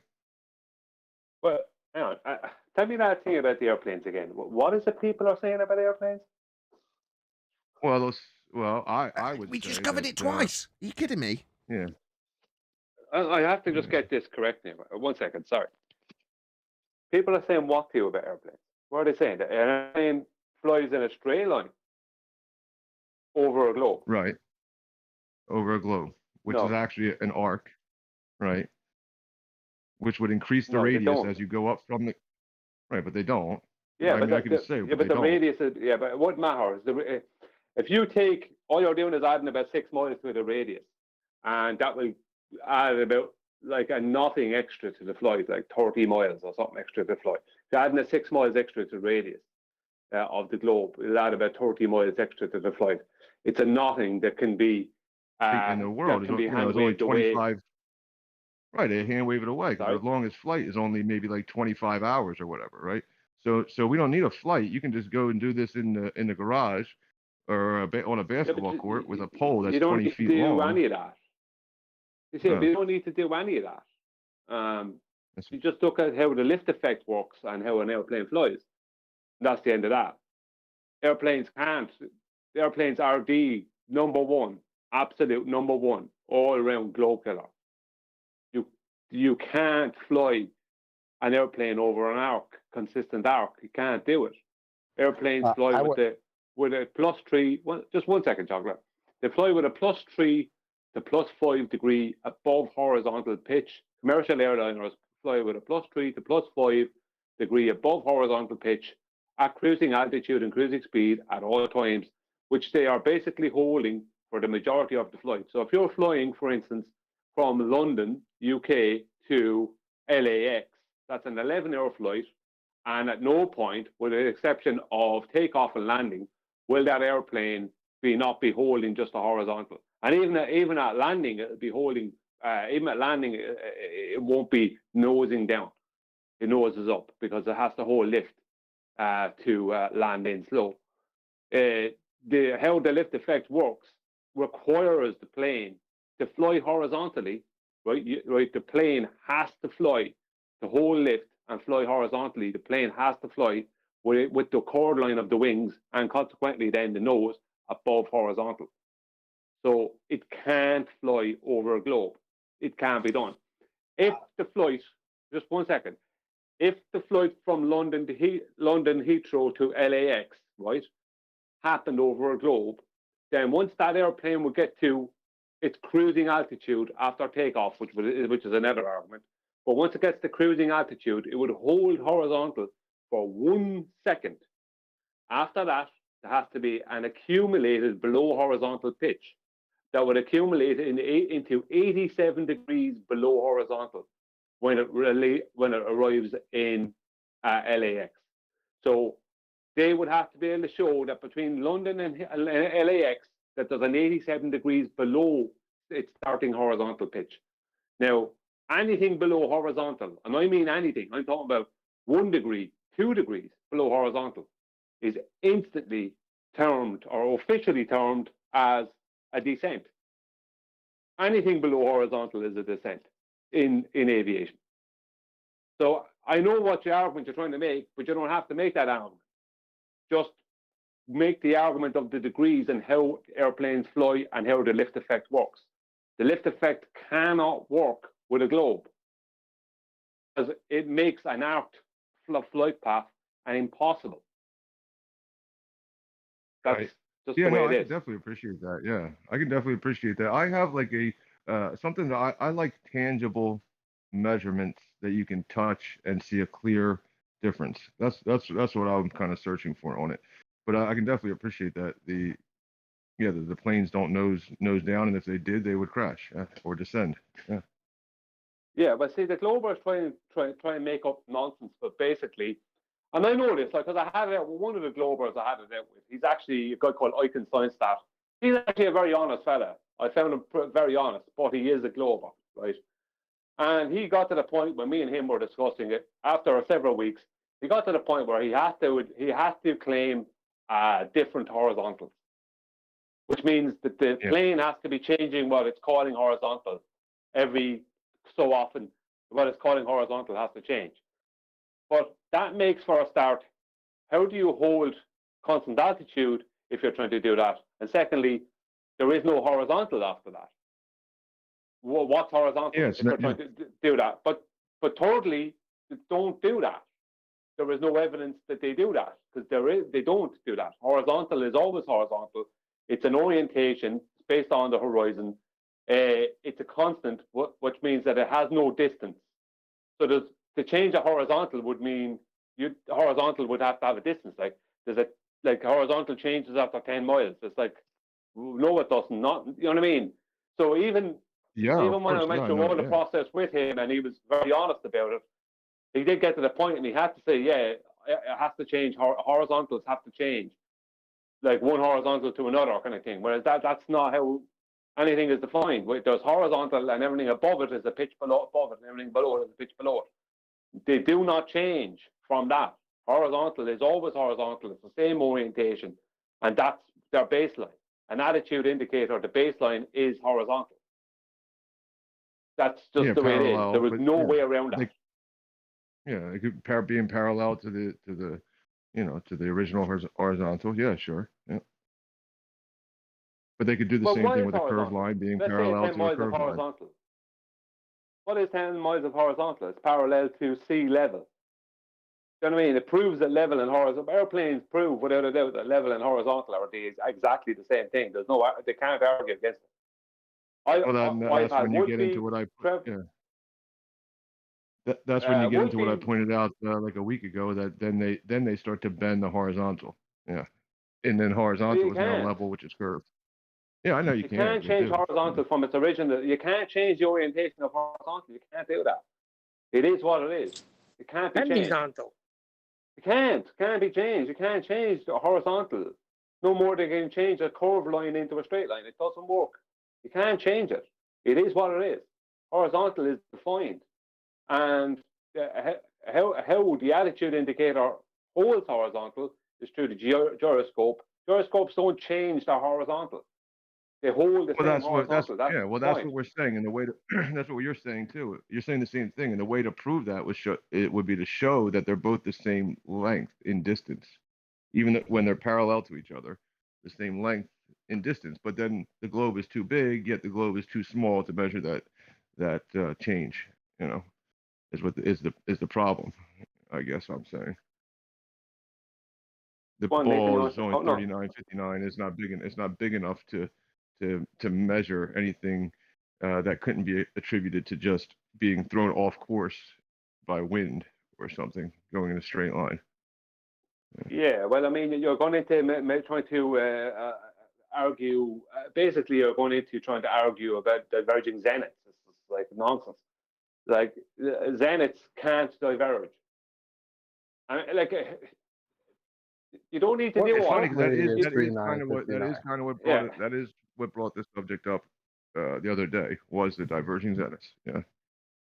Divergent zeniths, and who actually measured any of this? Because I have a video on my channel taking apart Blue Marble Science, Jesse Kozlowski, and Larry Scott. Larry Scott and Jesse Kozlowski are both claimed surveyors, right? And I pull apart what they claimed was a measurement of divergent zeniths. I show how they're absolute frauds, how the three of them are liars. I go through the whole thing. Nobody has been able to even remotely address it. They haven't been able to do Yeah, I anything think that because I those show guys. from step A to Z how they don't do it. It can't be done. You can't measure diverging zeniths. You can only mess around with angles and then mathematically try and fool people. Can't do it. Yeah, I There think is no that such some of thing those as guys you diverging named zeniths. are actual liars. Yeah, I don't think they're being honest like you were putting. Something like Kozlowski. I think he just might be lying, just straight lying, knowing he's lying and doing it anyway. Well, he is lying. He is lying. I first have him out with Kozlowski when he turned up in 2016. He took 4 days to admit that he didn't take angular size change into account in an observation. 4 days. He went through everything. He sent me about 50 links. He commented it about 60 times or 80 times to me. 4 days. He eventually admitted, no, I didn't take angular size change into account. Yeah. 4 days. The guy's a complete fraud. Even Bev, like in fairness to Bev pulled, like, destroyed the man.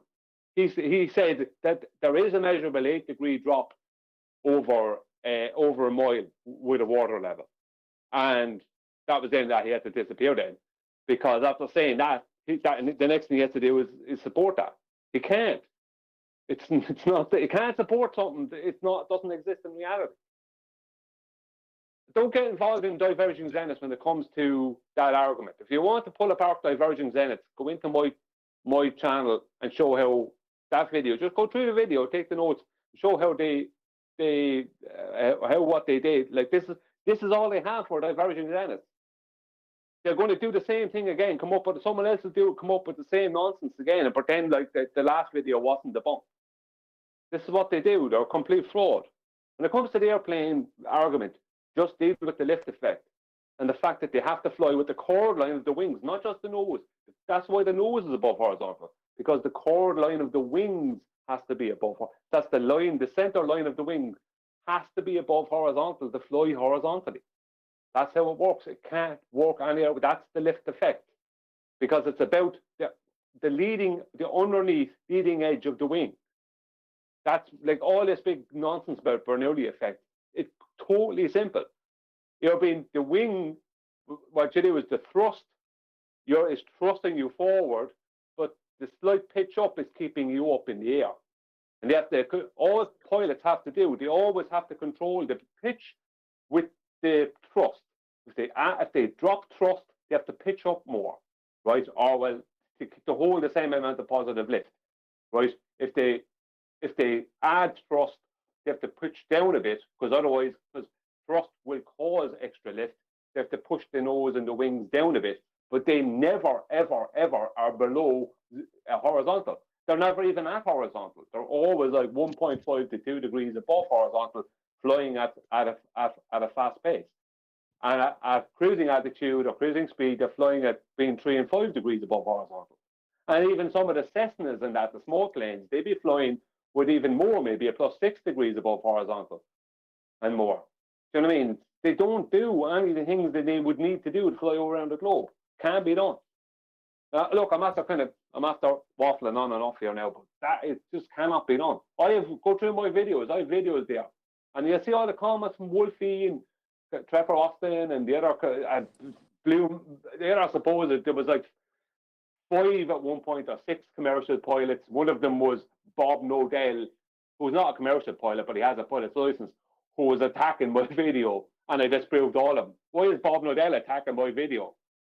You know what I mean? I do want to see the one that Nathan City came out with 2 weeks ago. What?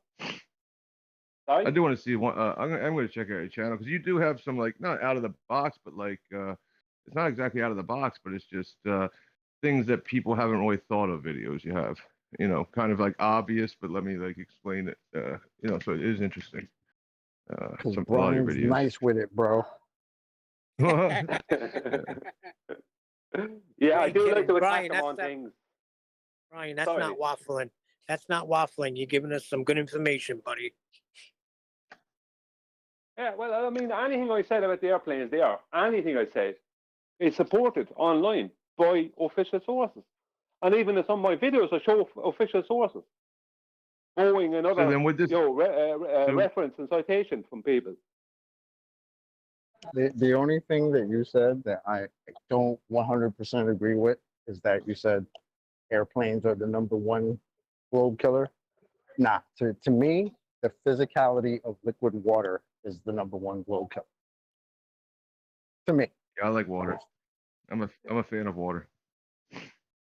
Yeah. Airplanes. I'm a big fan of how it acts in reality. I mean, I'm physical, tangible, touch it, water. Yeah, measure it. Yeah, but the problem with water is this: because you have to prove, even though you're right, the physics of how liquid behaves, it does, and how liquid creates its own natural horizontal. Now that is the reference. All horizontals are parallel to the plane of the horizon. Yeah, but the problem is proving that on the bigger scale. Then how about we prove it with how about we grab like a 20, 30 foot water level, right? And we go a mile. A mile's not far. Right? A mile's not far. A mile's only 4 times around a high school track. So how we take a water level, 20 feet long, and we just start with some spikes, right? We just line up the 2 ends of the water level, and we go 2 spikes. Then we go to the center of it, right? The spikes are 10 feet apart, right? Then we go to the center of it. Then we start measuring from the center. So we're going in 3s, making sure they're all lined up, and just set up spikes in the ground with the water level, but halving it. You go down 10 feet, then you go, whatever with the spikes, then you go to 5 feet and measure to the next 10 feet. Then from the next post, which will be 5 feet, you measure 10 feet. You do it for a mile. It'll cost $500. Yeah, but there's 5,280. Let me just tell you the problem with that. There's 5,280 feet in a mile. There's supposed to be an 8 inches of a drop from one side to the other, according to the globe, over that mile.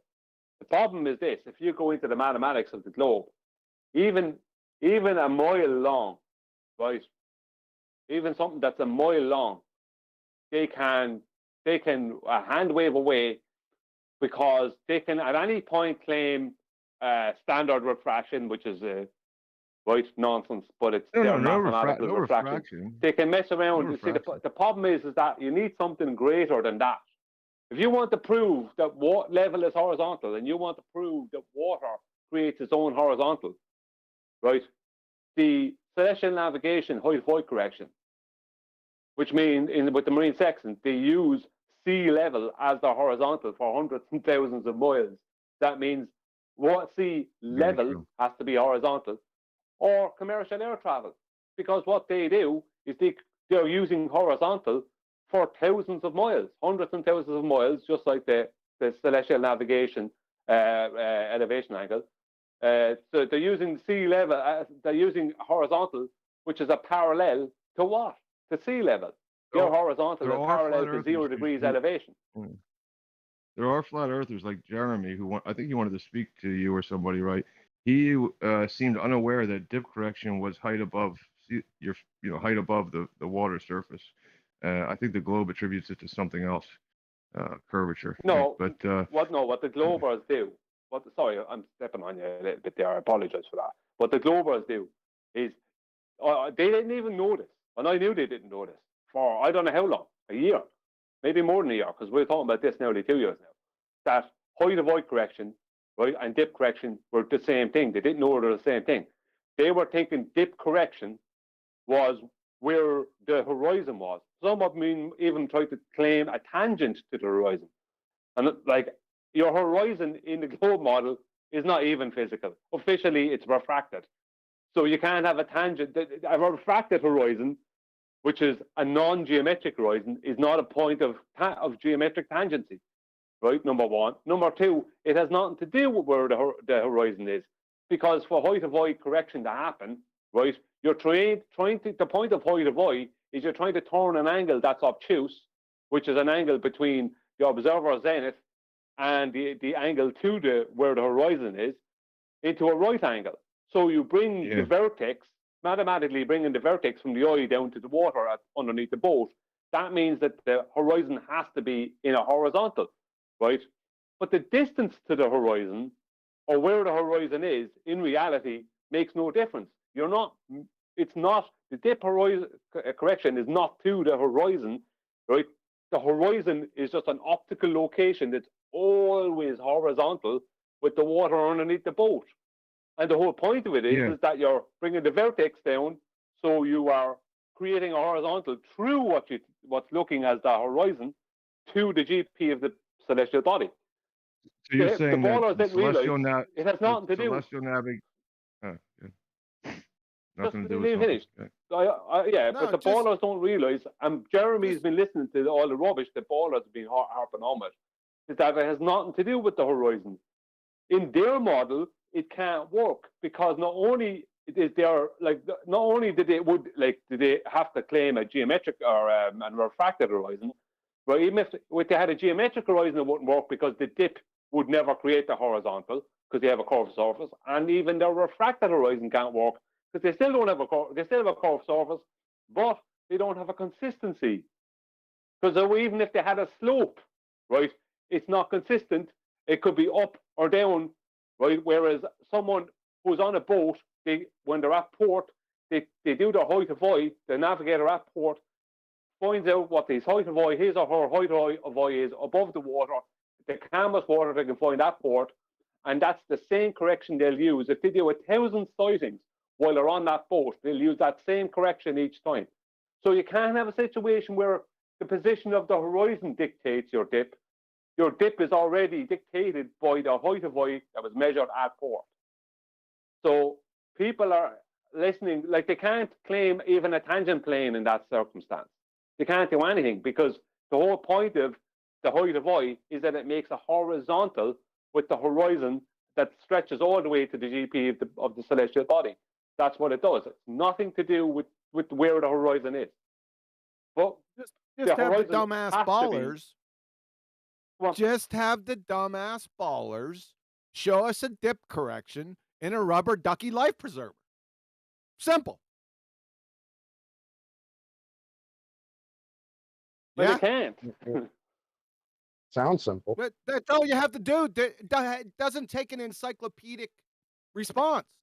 So show us the dip correction. Please show the calculation in a rubber ducky life preserver with a sextant. Simple. Do it. You're saying, guys, that celestial navigation begs the question of a flat Earth using dip correction. No. Celestial navigation works? No. It doesn't beg the question. It's a prerequisite. It's a requirement for you to get an angle. Yeah. That's not begging the question. But over is begging the question when they're saying they're getting that elevation angle off of a curved surface. Yeah, with the tangent. When you ask them, can you get one? Right, which is what Brian just covered. So he's saying they've either got one of two choices, right? They're either getting it from a curved surface, or they're bending the tangent line itself, right? Now in the shows, a bit of an in-joke, probably shouldn't do it. I say, how's that geometric horizon working out for you, Roofy? Because if you're going to apply the geometry, you need a tangent point to a physical geometric limitation at 1.2 times the square root of the observer's height in feet, if that's what you're going to be using to establish a tangent plane. A tangent. That's a straight line to their geometric edge. What's that you say? It's refracted? We should realise that refraction's in play. So no tangent then. Bye-bye globe geometry. That's the end of the line. Well, why their claims, even with a refracted horizon, can never work, is not only is the refracted horizon going to be a non-constant horizon, but if your dip correction is always the same every time you do it, the correction, because if you're on the same boat for 4 weeks, then your correction is going to be exactly the same for every sighting you do. So if your dip correction is going to be always the same, then how could you ever trust it if you could never trust where the horizon is going to be in relation to the water underneath your boat? The whole point is that refracted for that horizon. dip correction to work. Sorry, 1 second. You started with the refracted horizon. That doesn't exist. I know, but that's my point. If you let me get to it, the point I'm trying to make is I just got to it. No, hang on. No, leave me get to it. The point I'm trying to make is that the dip correction requires the horizon to always be a constant and always be in a horizontal with the water underneath the boat. So no matter what claim the globe makes, whether try and claim a geometric or refracted horizon, it will never work because the whole point is you're trying to create a horizontal.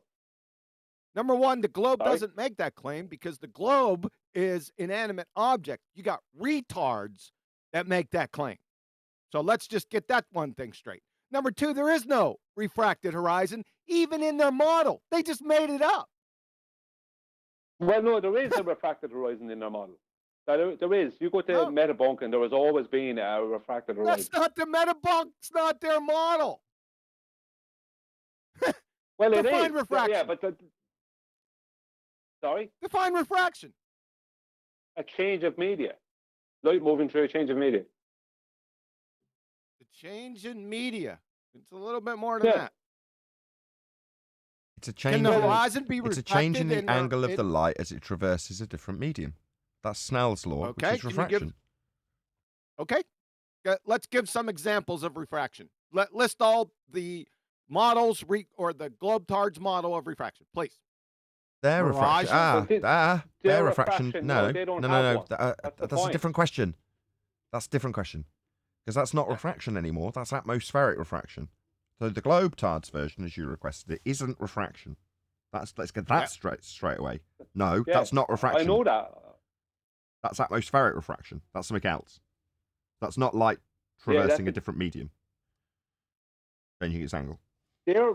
What they're calling refraction is a mathematical change in their radius.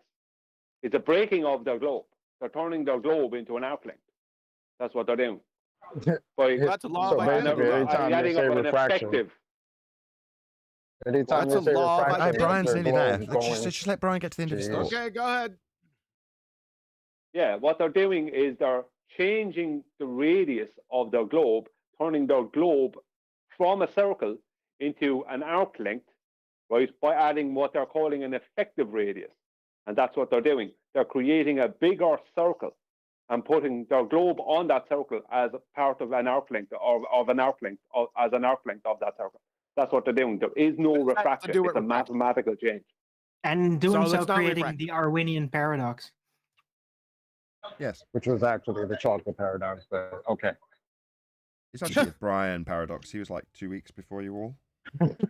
Right. Everybody gets their own paradox. What's the Arwin paradox? That was the first one, right? The Arwinian paradox is the assertion of a physical geometric limitation of your view. That's a Earth curve edge horizon at 1.2 times the square root of the observer's height in feet to give you the geometry, to give you the R in 7/6R or atmospheric standardized refraction, or any variant of 7/6R. Well, that needs R, and to get R, you measure a geometric horizon. Well, in this instance, why are you measuring a geometric horizon? Well, to give you the R to refract the horizon into a non-geometric position. Hence the Arwinian paradox. Yep, that's it. Well, let's go to Andrew Thomas Young, because that I would consider him a spokesperson. I would consider him a spokesperson for the heliocentric ball-tard model that doesn't exist. He calls refraction, there's certain types of refraction that he identifies. What are they? Are you talking about inferior and superior mirage? Stooping. I am. Stooping. There's stooping, sinking, And they also came up with looming at one point, but that kind of disappeared. Don't forget that's fine. mega looming. Can you show me in that discussion of the different types of refraction that the horizon is being affected in any of them? No, not at all. There you go. Nah. There you go. But that's my point. That was my point with the dip correction, is that their claim about the horizon being a refracted position, because it's not like, remember, 7/6 is the standard, but they also can have, that means the lowest, what it will always be is 7/6, but it can be more, as we know at the Black Swan photo, the rubbish that came out with that, right? So they'll claim whatever they need to claim for that. But the problem with that is the dip correction, right, requires the horizon to be in a constant horizontal with the water underneath the boat. It requires that to work. But the dip, what kind of correction could they have if their horizon is a little bit below horizontal, which is always going to be, even with refractive, it's always going to be a bit below horizontal. So if your correction is the exact same correction every single time, then that means that you don't ever know if you're getting an actual 90. You will never get an actual 90 with their claim. You'll never get a 90, and it'll be a different not 90 that you will be getting constantly. You'll always have an obtuse, because their horizon will never be in horizontal with the water underneath your boat. It will always be, regardless of their refraction claims, it will always be below that 90 or below that horizontal. So That's interesting. Yeah. By the way, I was just thinking about it. I even say it as an argument against ballers. Like, yeah, the horizon cannot be displaced in relation to the horizon.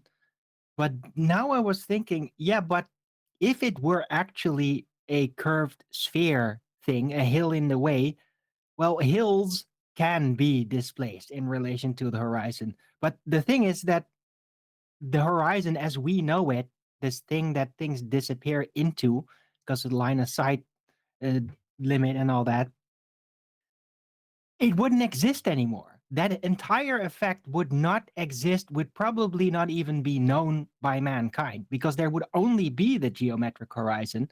And then, yeah, everything could then, through refraction, be displaced, because it's actually no longer the horizon as the horizon effect. It's just a geometric horizon you're looking at.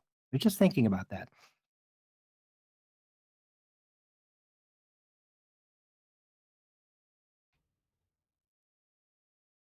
Very good.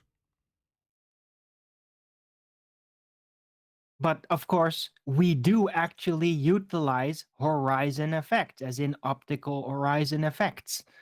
Like, that is identified in the fields of optics. Like, that's like the base things you get taught. So that means it is flat, because on a globe, there would only be a geometric horizon and none of the normal horizon effects that we learn about, that actually exist out there. What are the horizon effects? A visual limitation whereby through resolution limit things just fold in there, right? That effect wouldn't exist on the spherical surface of any kind. That's not an effect of the horizon. That's an effect from you. Yeah. But it would be physical in that case, and physical things like a hill can be displaced in relation to the imaginary horizon, but there wouldn't be a horizon anymore. No, he didn't. No. He asked you, what does the horizon affect? But the horizon is not a real thing. On a globe? No, just in general. It's not not something outside of you that exists that affects things. It's an optical phenomenon. It's optics unique. It's something that happens visually. Right, with your eyes. That's what Kiwi just said. That's and happening with cameras you. and all forms of optical perception. Sure, but if your eyeball's smaller, I don't know how to qualify this, if that might not be a physiological thing that I can claim, but for the sake of argument, if the aperture size of your eye was smaller, that would affect the diffraction limit and therefore affect the horizon. That's not a physical thing, is it? How you perceive it. Correct. Right, well, that was QE's point. You just completely ignored him. Oh, okay. Yeah, I guess. I just was more interested in what you were saying. Fair enough. Right. I mean, QE did it. It probably was chocolate and- Arwen's point that Brian. Kiwi stole. Go on, Chocolate. You were halfway through that sentence. It originated from Brian. Which came from Neil. That all was stole. Yeah, there's no evidence for that.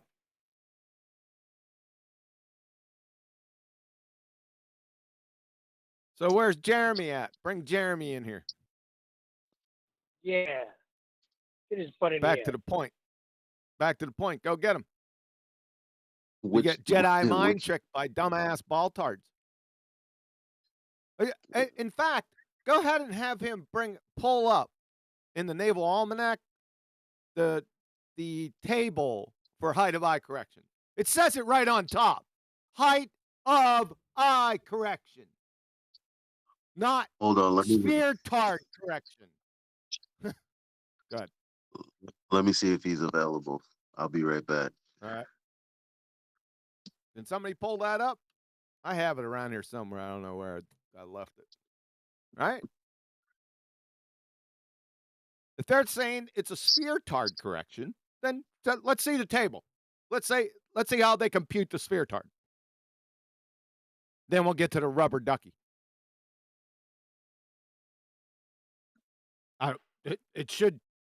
It still should be viable then, even in a rubber ducky light preserver, correct? Yes. It's not going to change based on you. Go ahead. No, that's the point. Like it would be. My dad had told me hasta te pulga vendiendo. What? You having your eyes at sea level wouldn't change that there would still have to be a correction according to where their horizon would have to be. Exactly. Yes. Yep.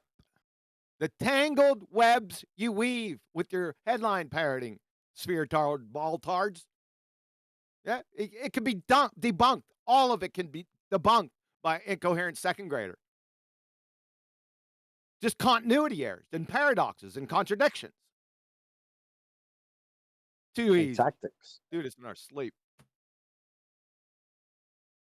God. What they do is some of the tables will say dip instead of height of eye. And that's right. How many times have we been over this, Brian? Yeah. Loads of times. But we pointed this out, what, 18 months ago? At least. Yeah.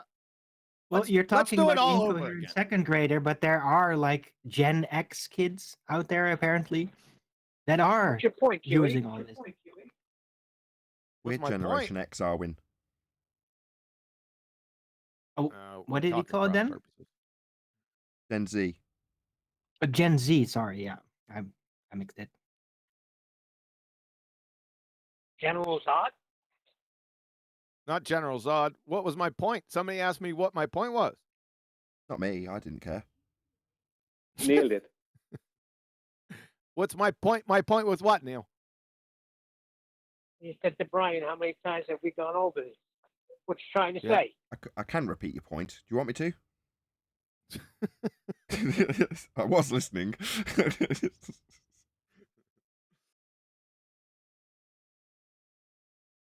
Yeah, we can bring it up all over again, for the, 50th, 60th, 70th time. Yeah, we can go over it again. It was a lot of fun back then. Let's do it again.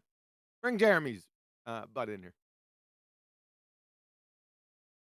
Of course, we already did it again, but we'll do it again for Jeremy. We just need to line up the incoherent second grader. They can figure this stuff out in between iterations of Candy Crush. That's how fucking stupid it is. They're stupid arguments from stupid people that are religious fanatics that are absolutely clueless that think they're got a science acumen.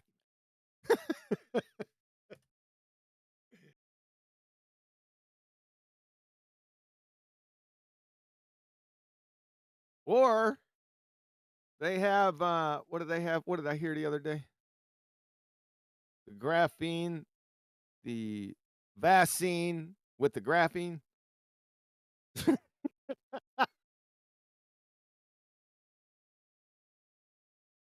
The virus vaccine. with the What? vaccine with the graphene. Say again? Was that the vaccine from Brenda? Yeah. Yeah. Yeah. Chocolate hasn't been watching my show. Nah, when then you sorry, when you Friggin' said commie. awesome, yeah, that's how I describe it. I was laughing my ass off. I was out in my back and my neighbours are looking over at me and I was laughing. I just had headphones on me, didn't know what I was laughing at. But when you said, when the man, the host guy, Derek, whatever, said, yeah, awesome. And you said, yeah, awesome. That's how I describe it with Brenda being on. Oh, absolutely awesome. I was busting out laughing. When are you going to do the end of Earth Chronicles? I already did the end of Earth Chronicles. Did you? Yeah. How did you get to the end? I thought you had one more bit to do. Uh-uh. I had one okay. more little bit. I had one more little bit do with cream of wheat, but it turned into 2 little bits. But he's done too. I'm out of material. cream of wheat.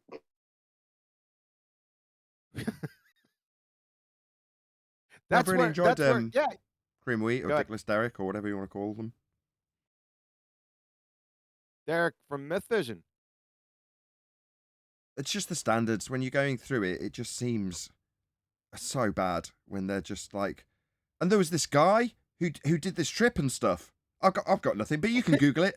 And the other guy's like, yeah. You mean ace. that guy from that time, that way back when? Yeah, way back when they proved it. Sphere. Just Google it.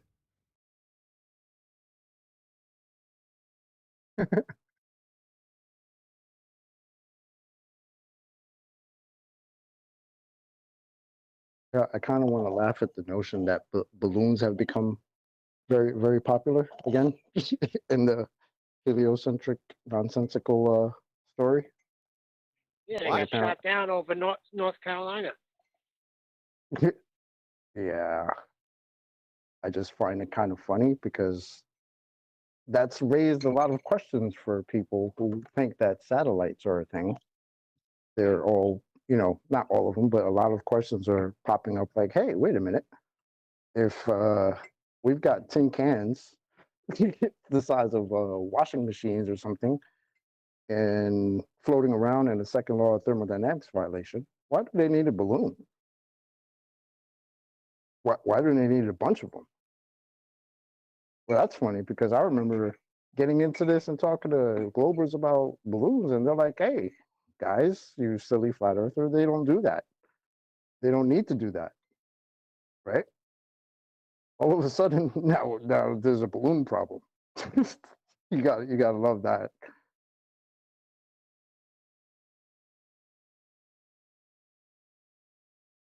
Don't forget, chocolate. It's Chinese balloon technology.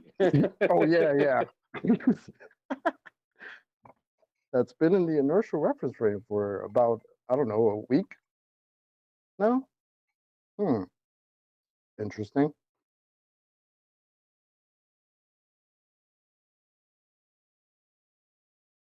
What did they shoot it down with? Did they shoot they had to shoot just the balloon, right? What did they shoot it with? A dart. A dart. Yeah, they sent some fighter up there to shoot it. I don't know what the exact Yeah, but I want to know what they used. shot it with. Yeah, I want to know the weapon. I don't know. Just for general purpose. No, I get you. I just find the questions popping up from all the pundits and the people talking about this, like, oh my God. But we have satellites. Why would the Chinese need to do this? Why would anybody need to do this? And I'm just sitting back laughing. Like, you guys, man, this is too cute. Yeah, right in front of their face. 12-year-old was sitting next to me when they put through with the news that they shot it down. It's all to put fear in people's hearts. That's all it's doing. Yeah, China's Yeah, but going to that's start a not what war. Chocolate's. They were That's spying not what over us. Chocolate's talking about. Chocolate's not talking about that. He's talking about that right slap in your face with a satellite on a balloon. What should your next question be? Yeah, I thought they were in space. That's what I'm saying. I've heard that pop up a little bit more than usual because all of a sudden, things that we got made fun of, because I was told I was silly for thinking that they need satellites on balloons. I thought I was silly 6 years ago when we were talking about this. All of a sudden now, this is a problem? Oh, now we find out they've been doing this, haven't stopped doing this? Excuse me, I thought y'all have washing machines flying around in second law thermodynamics violation. What was going on? Oh, you don't need just those? change the story. I mean, the guy, I heard one guy literally say, and this was his quote. He was like, if we have these machines in space that could literally pick up the dimples off of a golf ball, why would we need to put any type of equipment on a balloon that you could see, that could be shot down? Forget all the nonsense about this thing has been floating around. It's gone all the way across the continental United States, which is ridiculous, but whatever. That's their story. But why would we need to do that if we got machines in space that can read my watch? Yes. Just curious. Even Joe Dumbass, NPC walking around, sees it on the tube. His next question is, he doesn't need to be a rocket scientist. Satellite need to be on a balloon. Why is there any satellites on balloons anyway? Right. Exactly. And with that, I'm going to say another massive thank you to both Discord and G+ panels for making today's after show possible.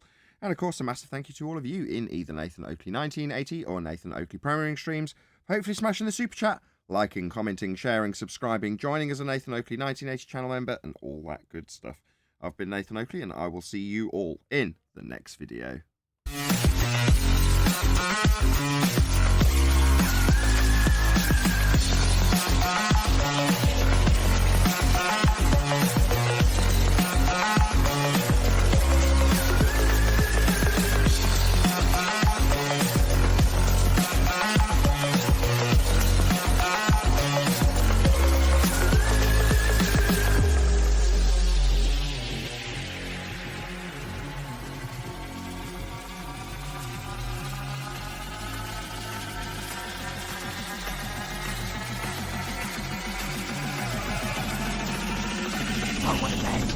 What a lovely day!